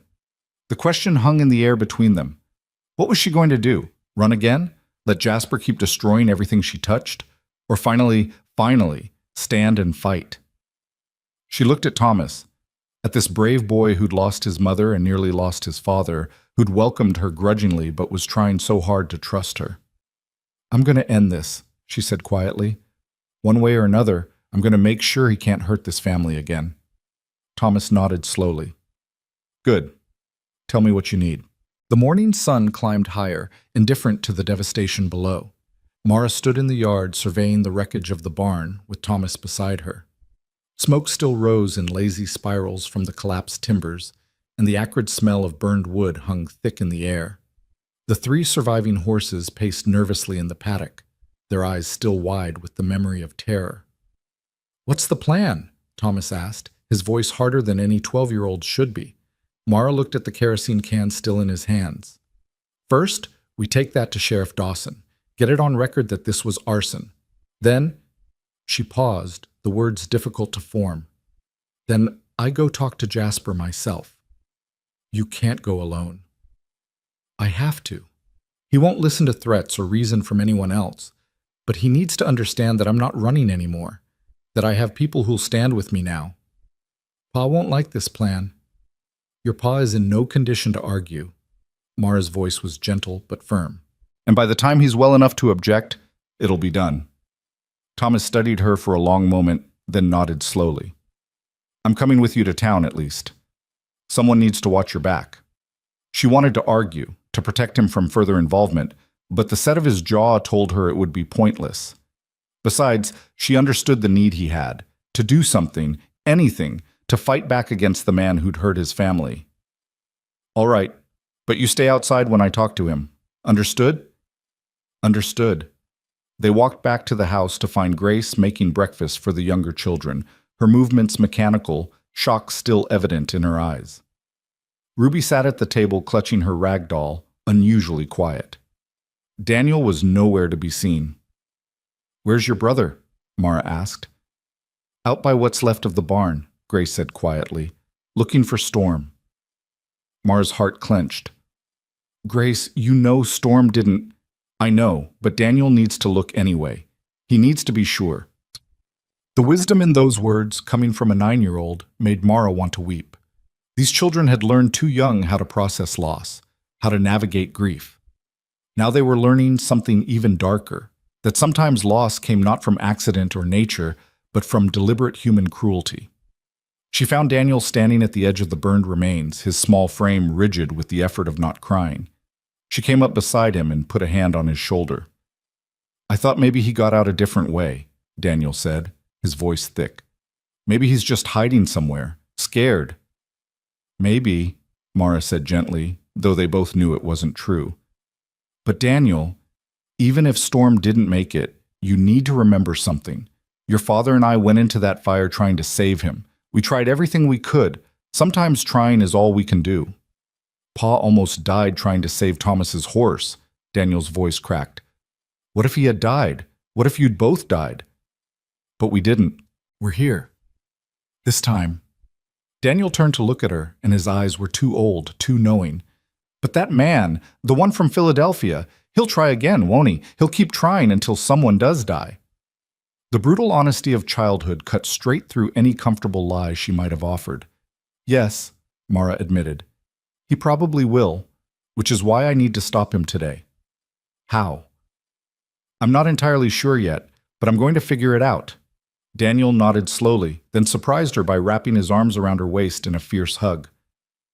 "Don't let him hurt you too," he whispered. Mara held him tight, this boy who'd bounced with endless energy just yesterday, now trembling with fear for her safety. "I'll be careful. I promise." Inside, Dr. Morrison was checking on Vance, who was awake and clearly fighting the doctor's orders to stay in bed. "I don't care what you say, Morrison. Someone tried to burn down my barn. I need to—" He broke off coughing, the sound harsh and painful. "What you need to do," the doctor said firmly, "is rest.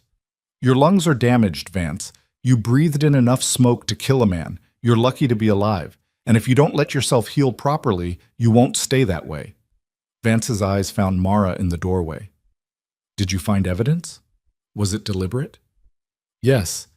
We found a kerosene can. I'm taking it to Sheriff Dawson. I'm coming with you." "No," Mara said quietly but firmly. "You're staying here. Your children need you alive more than they need you seeking revenge. This isn't about revenge. It's about protection. About—" More coughing interrupted him. "It's about me finishing what I should have finished in Philadelphia," Mara interrupted. "This is my fight, Vance. Let me fight it." Something in her tone must have reached him because he stopped arguing, though frustration was clear in every line of his body. "Then take Thomas and a rifle." "I'm taking Thomas. The rifle won't help. This needs to end with words, not bullets." Dr. Morrison looked between them, clearly sensing the layers of conflict he didn't fully understand. "I'll stay with the family while you're gone," he offered. "Make sure Vance doesn't do anything foolish." "I don't need a nursemaid," Vance growled. "You have 4 children and smoke-damaged lungs that could kill you if you're not careful," Morrison replied. "You absolutely need a nursemaid. Miss Leland, go do what you need to do. I'll keep everyone safe here." Mara met Vance's eyes one more time. So much passed between them in that look. Gratitude, fear, something deeper that neither was ready to name. Then she turned and walked out, Thomas falling into step beside her. The ride to town was tense and silent. Thomas had insisted on bringing his rifle despite Mara's objections about the gun not helping. Now it rested across his saddle, his hand never far from it. They'd saddled 2 of the surviving horses, both still skittish from the fire, their nervousness making the journey more difficult. Red Creek looked deceptively peaceful in the late morning light. People went about their business, unaware that in the night someone had committed arson 10 miles away. Mara and Thomas headed straight for Sheriff Dawson's office, a small building near the center of town. The sheriff was a weathered man in his 50s with sharp eyes and a no-nonsense demeanor. He listened to their account without interrupting, examining the kerosene can with professional interest. "And you think this Crane fellow did it?" he asked when they'd finished. "I know he did," Mara said. "He threatened me yesterday in the general store, said it wasn't over. He's staying at the hotel. Ask anyone. Check his room for kerosene. Question him about where he was last night. Dawson nodded slowly. I'll look into it. But Miss Leland, arson's a serious charge. If I arrest him without solid proof and it doesn't stick, he walks free and could sue for false imprisonment. I need to build a case carefully. Carefully might not be fast enough. He's already tried once. What's to stop him from trying again? The fact that he knows we're watching him now? Dawson stood, strapping on his gun belt. I'll go talk to him. In the meantime, you and the Calder family stay alert. Don't go anywhere alone. If he approaches you again, you come straight to me. Understood? It wasn't enough. Mara could feel it in her bones. Official channels would be too slow, too bound by rules that men like Jasper knew how to navigate. But she nodded anyway. Understood. They left the sheriff's office and stood in the street, Thomas clearly waiting for her next move. I need to find him, Mara said quietly. Need to talk to him before the sheriff does. Bad idea. Probably. But I'm doing it anyway. Thomas, go back to the ranch. Tell your father the sheriff's investigating. I told you I'm not leaving you alone. And I'm telling you that what I'm about to do, I need to do by myself. Please, Thomas, trust me. The boy's jaw worked, conflict clear on his young face. Finally, he nodded reluctantly. If you're not back by nightfall, I'm coming to find you. And I'm bringing every ranch hand in 3 counties with me. Fair enough. She watched him ride away, then turned toward the hotel. Her heart hammered against her ribs, but her steps were steady. No more running, no more letting fear dictate her choices. The hotel clerk confirmed that Mr. Crane was in room 7, upstairs. Mara climbed the narrow staircase, her hand trailing along the banister, each step feeling both too fast and too slow. When she reached the door, she paused only a moment before knocking. Come in. His voice sent ice down her spine, but she opened the door anyway. Jasper sat in a chair by the window, reading a newspaper as if he hadn't just committed arson and attempted murder. He looked up as she entered, and his smile was the same pleasant mask he'd worn in Philadelphia, the one that had fooled so many people into thinking he was civilized. Mara, how unexpected. Please, sit. I'll stand. Suit yourself. He folded the newspaper carefully, deliberately. I assume you're here about the unfortunate fire. Terrible thing. I heard the rancher nearly died. You know he nearly died. You were there. You set the fire. That's quite an accusation. Do you have proof? The sheriff will find proof, but that's not why I'm here. Jasper's smile widened slightly. Then why are you here, my dear? To tell you that you've lost. Whatever game you thought you were playing, whatever point you thought you were making, you've lost. I'm not coming back to Philadelphia. I'm not going to be your mistress or your possession or whatever twisted thing you imagined. I'm staying here with people who actually value me, and there's nothing you can do to change that. He stood slowly, moving toward her with the deliberate grace of a predator. You think you can dismiss me so easily? After everything I did for you? You mean after all the ways you tried to control me? Mara held her ground as he approached. You never did anything for me, Jasper. You only did things to trap me, to make me dependent, to give yourself leverage. That's not generosity. That's manipulation. I loved you. The words came out harsh, almost desperate. I offered you everything, security, comfort, a place in my household, and you threw it back in my face like it meant nothing. Because it did mean nothing. You don't love me. You don't even know me. You just wanted to own something you couldn't have. Mara's voice remained steady, even as her hands trembled. And when I proved I wasn't for sale, you couldn't handle it. So you followed me across the country and tried to burn down the life I was building. That's not love, Jasper. That's obsession. That's sickness. His hand shot out, gripping her chin, forcing her to meet his eyes. You belong to me. Say it. No. The slap came fast, snapping her head to the side, the sound sharp in the small room. Pain bloomed across her cheek, but Mara didn't cry out. She turned back to face him, tasting blood where her teeth had cut the inside of her mouth. That's all you have, isn't it? She said quietly. Violence, control, fear. You can't actually make someone care about you, so you try to break them into submission instead. I could have you arrested, Jasper hissed. Theft. You took items from my household when you left. A dress and some bread. Hardly a fortune. It's the principle. You stole from me. You owe me." The door burst open before Mara could respond. Sheriff Dawson stood there, his hand on his gun, 2 deputies behind him. "Step away from her, Mr. Crane." Jasper's hand dropped from Mara's face. His expression shifted instantly back to pleasant civility, as if the violence of moments before had never happened. "Sheriff, Miss Leland and I were just having a conversation." "Conversation that leaves bruises?" Dawson's eyes took in Mara's reddening cheek. "That's called assault where I come from. And funny thing, I just had a talk with the hotel stable boy. Said he saw you leave around midnight last night, came back a few hours later smelling of smoke. Care to explain that?" "I went for a ride." "Is that a crime?" "It is when combined with kerosene residue on your boots, which my deputy just finished examining while they were outside your door waiting to be cleaned. It is when combined with multiple witnesses who heard you threaten Miss Leland yesterday. And it's definitely a crime when it results in a burned barn and a man nearly dead from smoke inhalation." Jasper's pleasant mask cracked completely, fury blazing in his eyes. "She's mine. She owes me. I have every right." "You have no rights here," Dawson interrupted coldly. "Jasper Crane, I'm arresting you for arson and attempted murder. My deputies will escort you to the jail now." The deputies moved forward, producing handcuffs. Jasper fought them for a moment, his civilized veneer shattering completely as he hurled curses and threats. His eyes found Mara's one last time. "This isn't over. You think you're free? You'll never be free of me. Never." They dragged him out, still shouting. The door closed behind them, and suddenly the room was quiet except for Mara's ragged breathing. Her legs gave out, and she sat hard in the chair Jasper had vacated, her whole body starting to shake. Sheriff Dawson crouched in front of her, his expression gentler than she'd seen it. "You all right, Miss Leland?" "I will be." "That was either very brave or very foolish, coming here alone." "Probably both." Mara's laugh came out shaky. "But I needed him to show his true self to someone official. Needed you to see what he really is." "I saw it. The whole hotel probably heard it.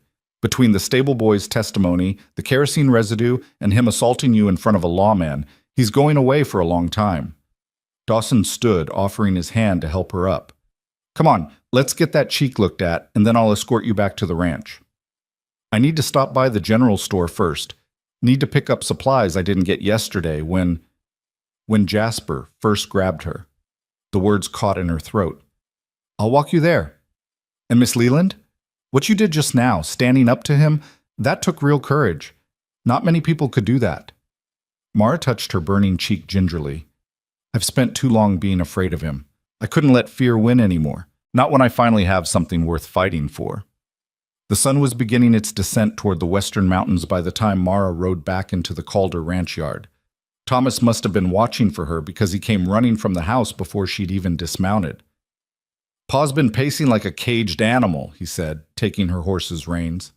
"Drove Dr. Morrison half crazy. What happened?" "Jasper Crane's in jail, charged with arson and attempted murder. He won't be bothering us anymore." Thomas's eyes went to her bruised cheek, visible even in the fading light. "He hit you." "Yes, but he did it in front of the sheriff," which was the final piece of evidence needed to lock him away for good.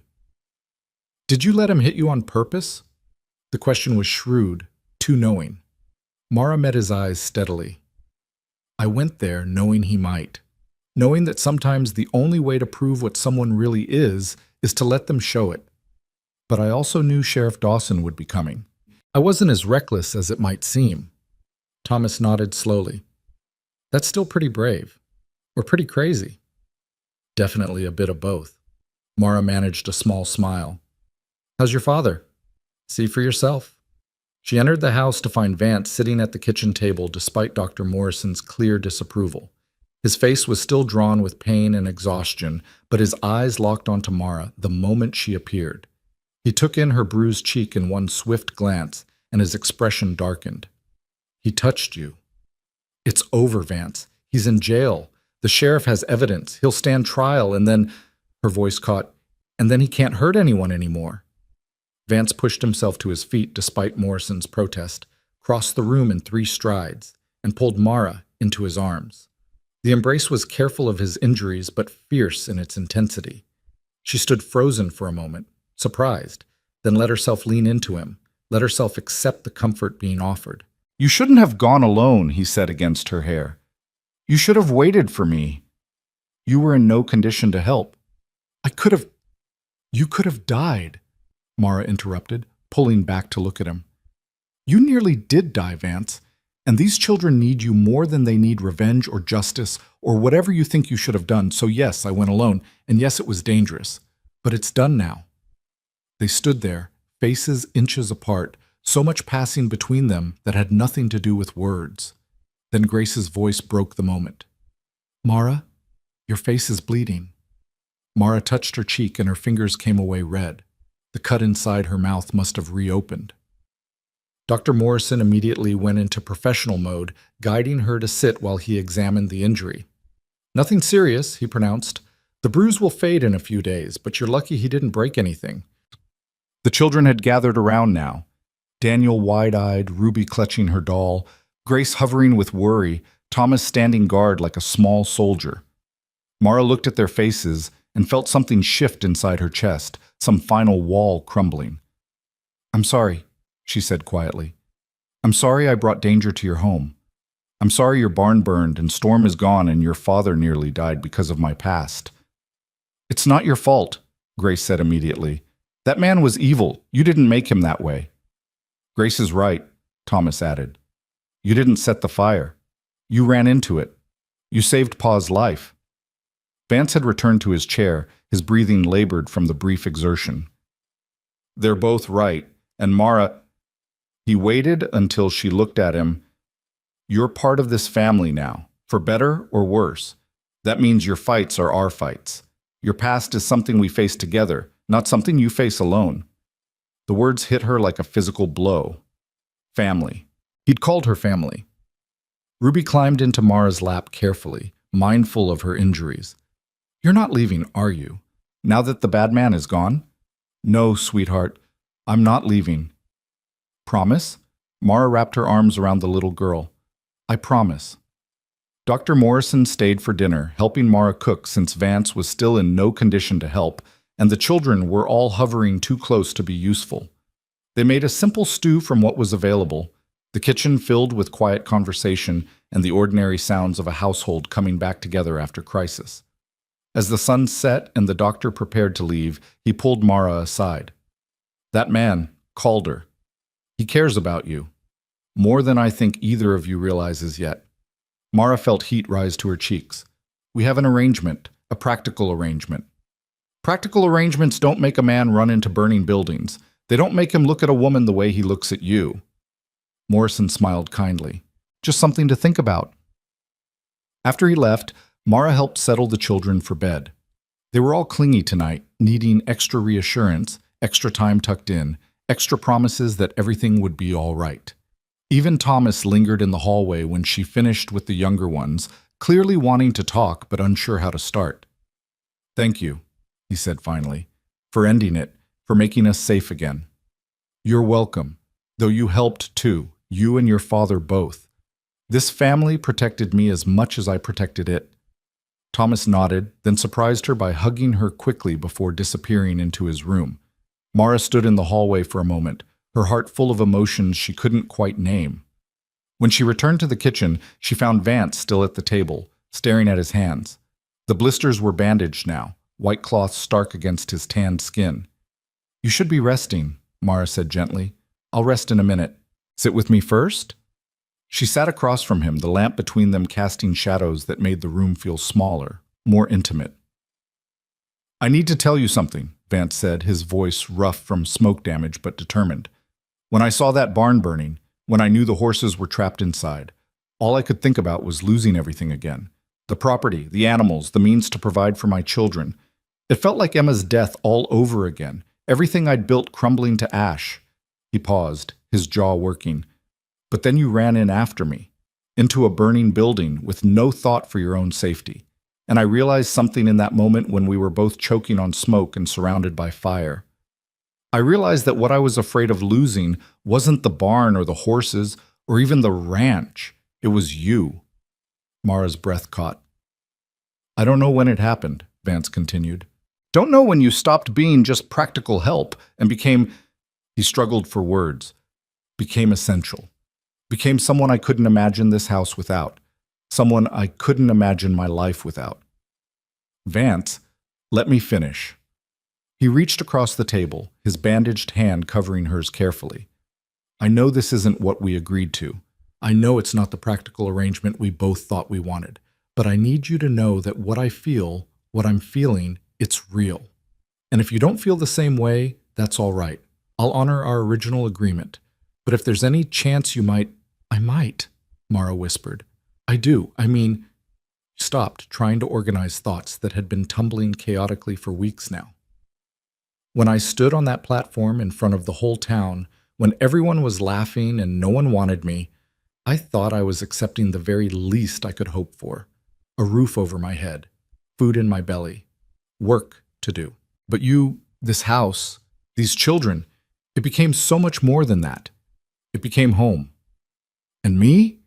His voice was barely audible. What did I become? She met his eyes across the lamplight. You became the reason I want to stay. Not because I have nowhere else to go, but because there's nowhere else I want to be. Vance stood slowly, came around the table to her side. He knelt beside her chair despite the pain it must have caused, bringing their faces level. I have something to ask you, he said. Something I should have asked properly from the start instead of just claiming you at an auction like livestock. He reached into his shirt pocket and withdrew a small box. Inside was a simple gold ring, slightly worn, clearly old. This was Emma's ring, he said quietly. I've been keeping it safe for— I don't know what. Keeping it like keeping her memory alive somehow, but she wouldn't want it locked away in a box. She'd want it worn, loved, part of something living instead of something preserved. He took Mara's hand in his bandaged ones. Mara Leland, will you marry me? Not out of arrangement or necessity or practicality, but because I love you, because my children love you, because you make this house feel whole again. Will you be my wife truly in every sense of the word? Tears spilled down Mara's cheeks, hot and fast. Yes, she whispered. Yes, I'll marry you. Vance slipped the ring onto her finger. It fit perfectly, as if it had been waiting for her all along. Then he pulled her down from the chair and kissed her, gently because of his injuries, but with an intensity that made her heart race and her breath catch, and every nerve ending sing with joy. When they finally pulled apart, both were crying. Vance touched her bruised cheek carefully. I'm sorry, he said. Sorry I couldn't protect you from him sooner. You protected me in the ways that mattered. You gave me a home, a family, a reason to fight back instead of run. She covered his hand with hers. That's everything. They sat together on the floor, backs against the wall, Vance's arm around her shoulders despite his injuries, Mara's head resting against his chest, where she could hear his heart beating steady and strong. What happens now? She asked. Now we rebuild the barn, plan a wedding, keep living. Vance's voice rumbled through his chest. The simple, ordinary things that somehow feel miraculous when you're doing them with the right person. When should we tell the children? Tomorrow. Let them have one peaceful night first, though I suspect Thomas has already figured it out. Mara smiled. He's perceptive. He's had to be. They all have. Vance tightened his arm around her. But maybe now they can just be children again, now that we're not all just surviving anymore. They sat in comfortable silence until Vance's breathing grew heavy and Mara realized he'd fallen asleep, exhausted by the day's events and his injuries. She stayed still, not wanting to wake him, watching the lamp burn lower and thinking about everything that had changed since she'd stepped off that auction platform. She'd come to Wyoming expecting nothing, hoping for very little, believing she was worth exactly what she'd written in that letter. Not much. But Vance had seen differently. He'd looked past the worn dress and weathered face and saw someone worth choosing, worth defending, worth loving, and somehow, impossibly, she'd come to see herself through his eyes. Outside, the Wyoming night pressed close around the ranch. The barn lay in ruins, Storm was gone, and Jasper Crane sat in a jail cell awaiting trial. There would be challenges ahead, rebuilding, healing, facing whatever storms the frontier threw at them. But for the first time in her life, Mara wasn't facing those challenges alone. She was home. Morning light found them still there, Mara's back against the wall and Vance's head heavy on her shoulder, both having slept sitting up on the kitchen floor. The sound of small feet padding down the hallway woke Mara first. She opened her eyes to find Ruby standing in the doorway, her rag doll dangling from one hand, staring at them with wide, curious eyes. "Are you and Pa sleeping on the floor?" the little girl asked. Vance stirred, wincing as his injured body reminded him of yesterday's ordeal. "Ruby, what time is it?" "The sun came up," Ruby replied, as if that answered everything. Then her eyes caught on Mara's hand still resting on Vance's chest. "Mara has a ring, like the one in Pa's special box, yeah." Mara and Vance exchanged glances. So much for waiting until later to tell the children. "Come here, sweetheart," Vance said, his voice hoarse but gentle. Ruby padded over and climbed into his lap, careful of his bandaged hands. "That ring was your mama's. Now it's Mara's." Ruby processed this with the straightforward logic of a 4-year-old. "Does that mean Mara's going to be our new mama?" "If you'll have me," Mara said softly. "Your pa asked me to marry him last night." I said yes. Ruby studied Mara's face for a long moment, then turned to her father. "Will Mama in heaven be sad?" The question cut straight to the heart of everything they'd all been dancing around for weeks. Vance pulled his daughter close, his voice thick with emotion when he spoke. "No, baby. Your mama loved you all more than anything in the world. She'd want you to be happy. She'd want you to have someone to take care of you. And I think—" He glanced at Mara. "I think she'd be glad it's Mara." "Because Mara ran into the fire to save you?" "That's part of it, but mostly because Mara loves you. All of you.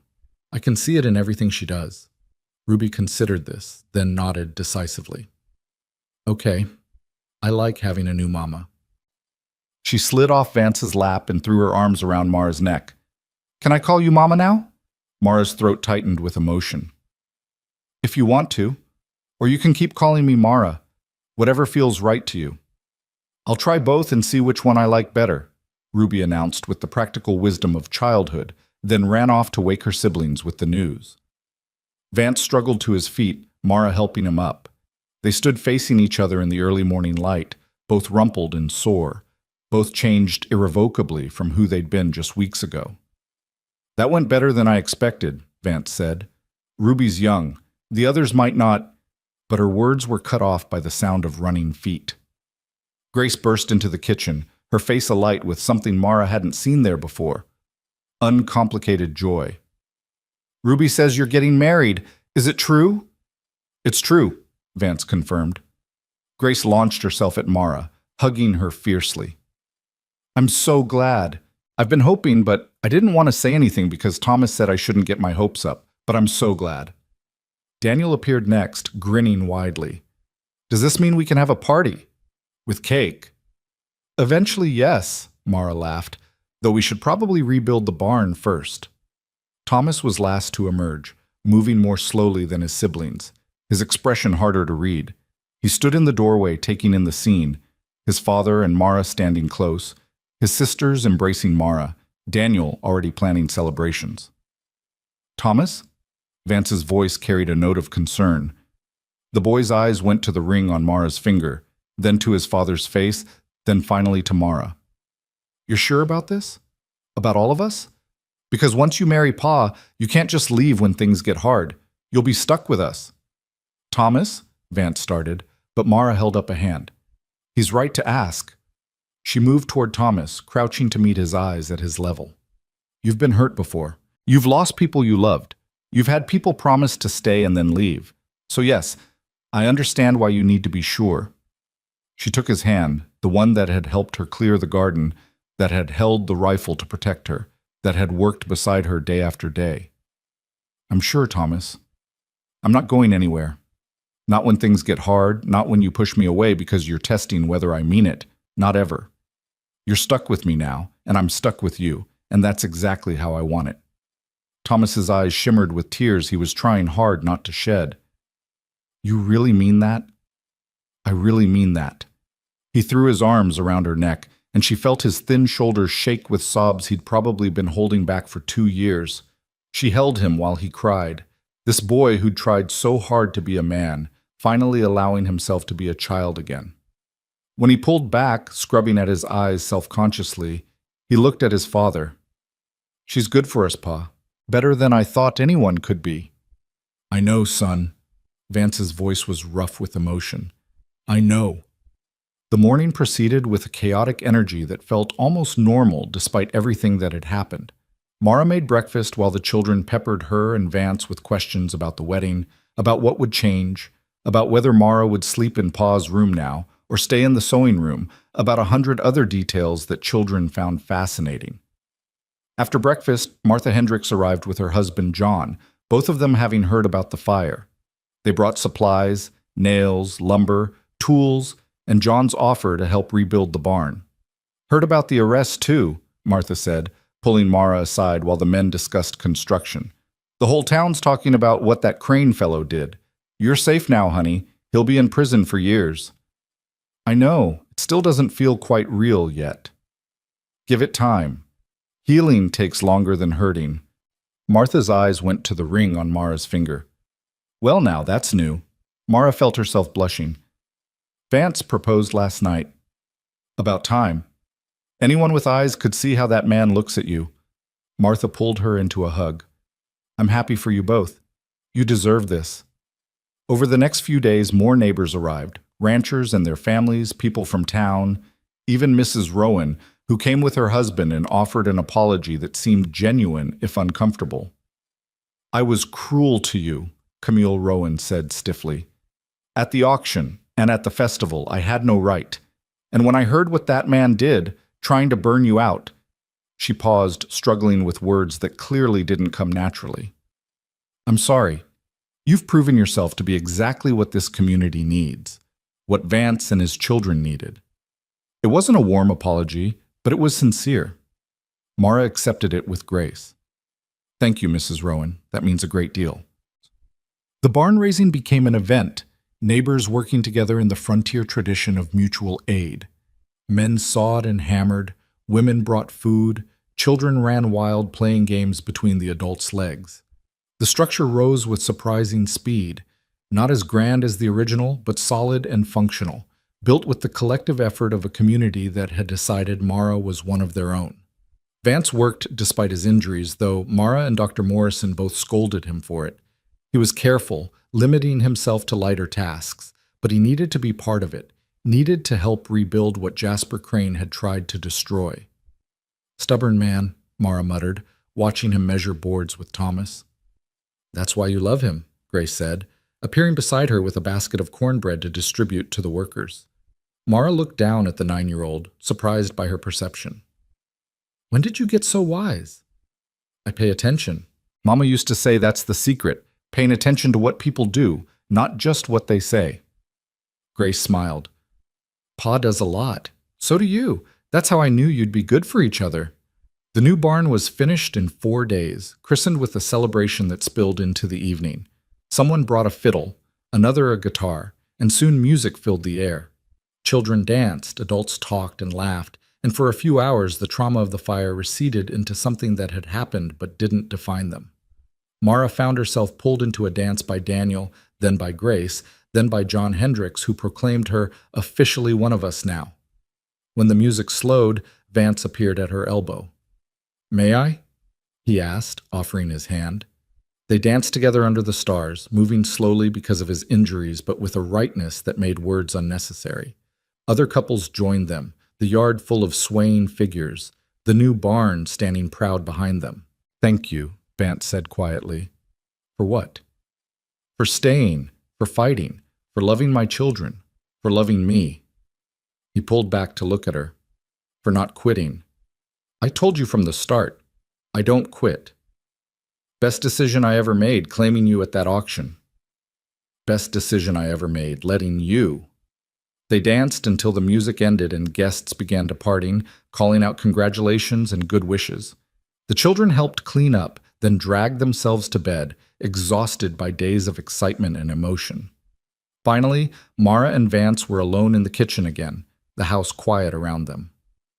"I've been thinking about the wedding," Vance said, "about when we should do it." "And?" "Soon, next week, if the Reverend can manage it. I don't want to wait anymore, Mara. We've both waited long enough for happiness." She moved into his arms, careful of his healing hands. "Next week sounds perfect." The wedding took place on a Sunday morning in the small church in Red Creek. Mara wore a new dress, pale blue, simple but beautiful, sewn by Martha Hendricks and 3 other women who'd insisted on contributing. Grace had woven wildflowers into Mara's hair, Ruby carried a small bouquet, and Thomas stood beside his father with visible pride. The church was packed. It seemed the entire town had turned out, curiosity and genuine goodwill drawing them together. Sheriff Dawson sat in the front row, having brought news that morning that Jasper Crane had been formally sentenced to 15 years in territorial prison for arson and assault. The news had lifted a weight from Mara's shoulders she hadn't realized she'd been carrying. Reverend Matthews kept the ceremony brief, speaking about love and commitment and the building of families through choice as much as blood. When it came time for vows, Vance spoke them steadily, his eyes never leaving Mara's face. "I, Vance Calder, take you, Mara Leland, to be my lawfully wedded wife, to have and to hold from this day forward, for better or worse, for richer or poorer, in sickness and in health, to love and to cherish, until death do us part." Mara repeated the words, her voice clear despite the tears streaming down her cheeks. When the Reverend pronounced them husband and wife, Vance kissed her gently, and the church erupted in applause. The celebration afterward was held at the ranch, tables set up in the yard, food enough to feed 3 times the number of guests present. Someone had brought a cake, Martha's doing, and Daniel's wish for a proper party had come spectacularly true. Mara moved through the crowd in a daze of happiness, accepting congratulations and well wishes, watching her new stepchildren play with other children, seeing Vance talk with neighboring ranchers about spring planting and livestock prices. Ordinary conversations about ordinary things, but nothing felt ordinary anymore. Everything felt touched with magic, with the impossible made possible. As the sun began setting, painting the sky in shades of orange and gold, Thomas appeared at her elbow. Ma, can I talk to you?" They walked a little way from the party to the edge of the new garden where the vegetables were starting to come up in neat rows. Thomas pulled something from his pocket, a small wooden carving of a horse. "I made this," he said, "for Storm, to remember him by, but I want you to have it." "Thomas, I can't. Please. You tried to save him. You almost died trying. That means something." He pressed the carving into her hands. "Ma would have liked you.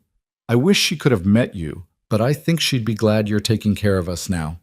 Mara pulled him into a hug, this boy who'd fought so hard against accepting her and was now fighting just as hard to let her in.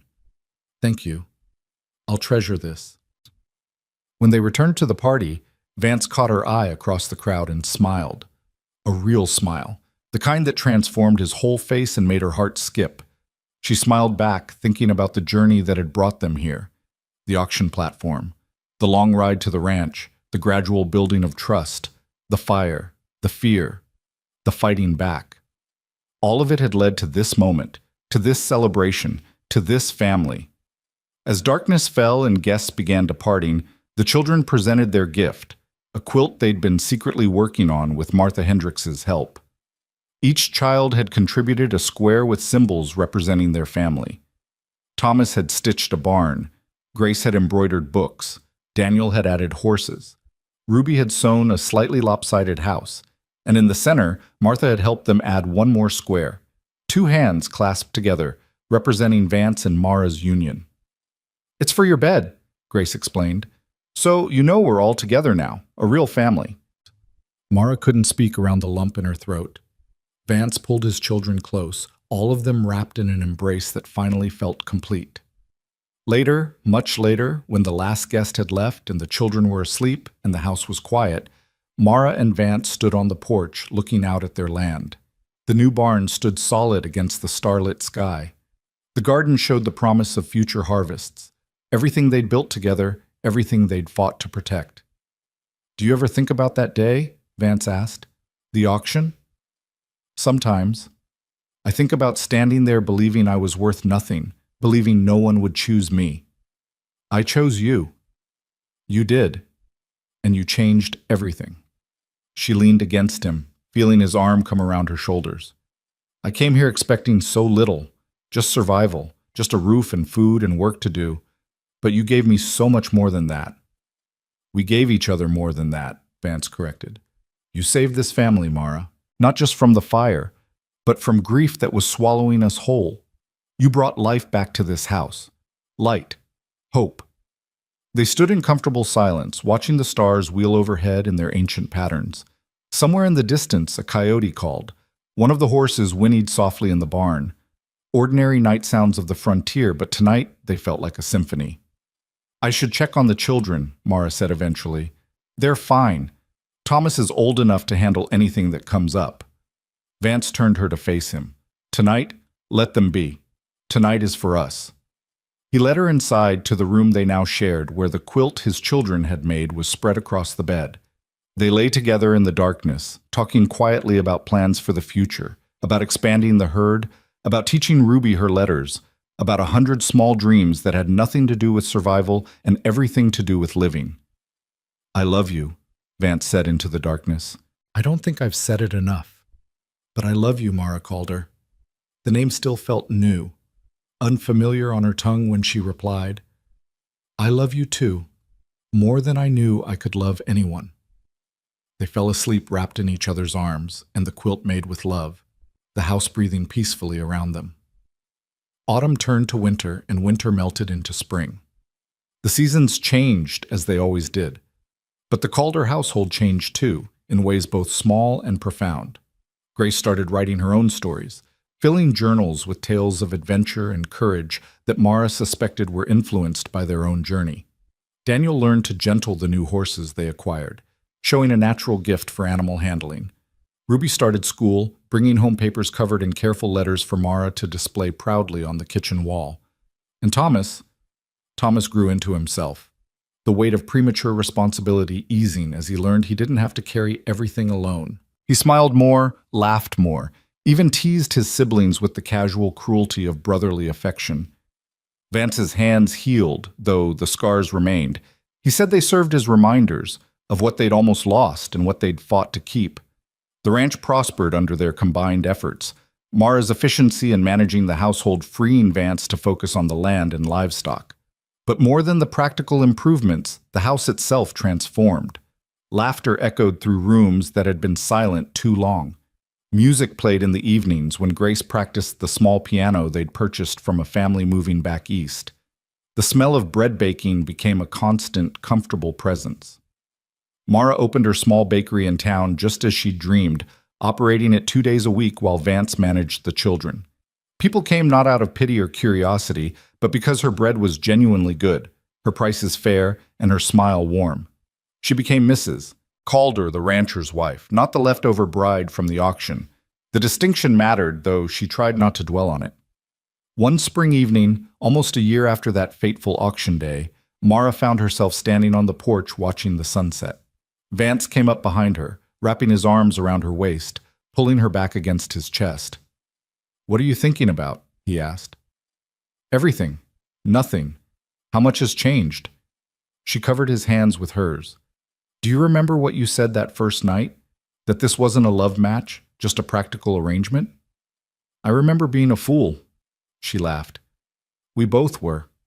Both thinking we could keep our hearts safely locked away, just do the work and nothing more." "When did you know?" Vance asked. "When did you realize it was becoming more than practical?" Mara thought back, sifting through memories. "The festival? When you defended me to Mrs. Rowan? When you danced with me, even though you said you didn't dance anymore?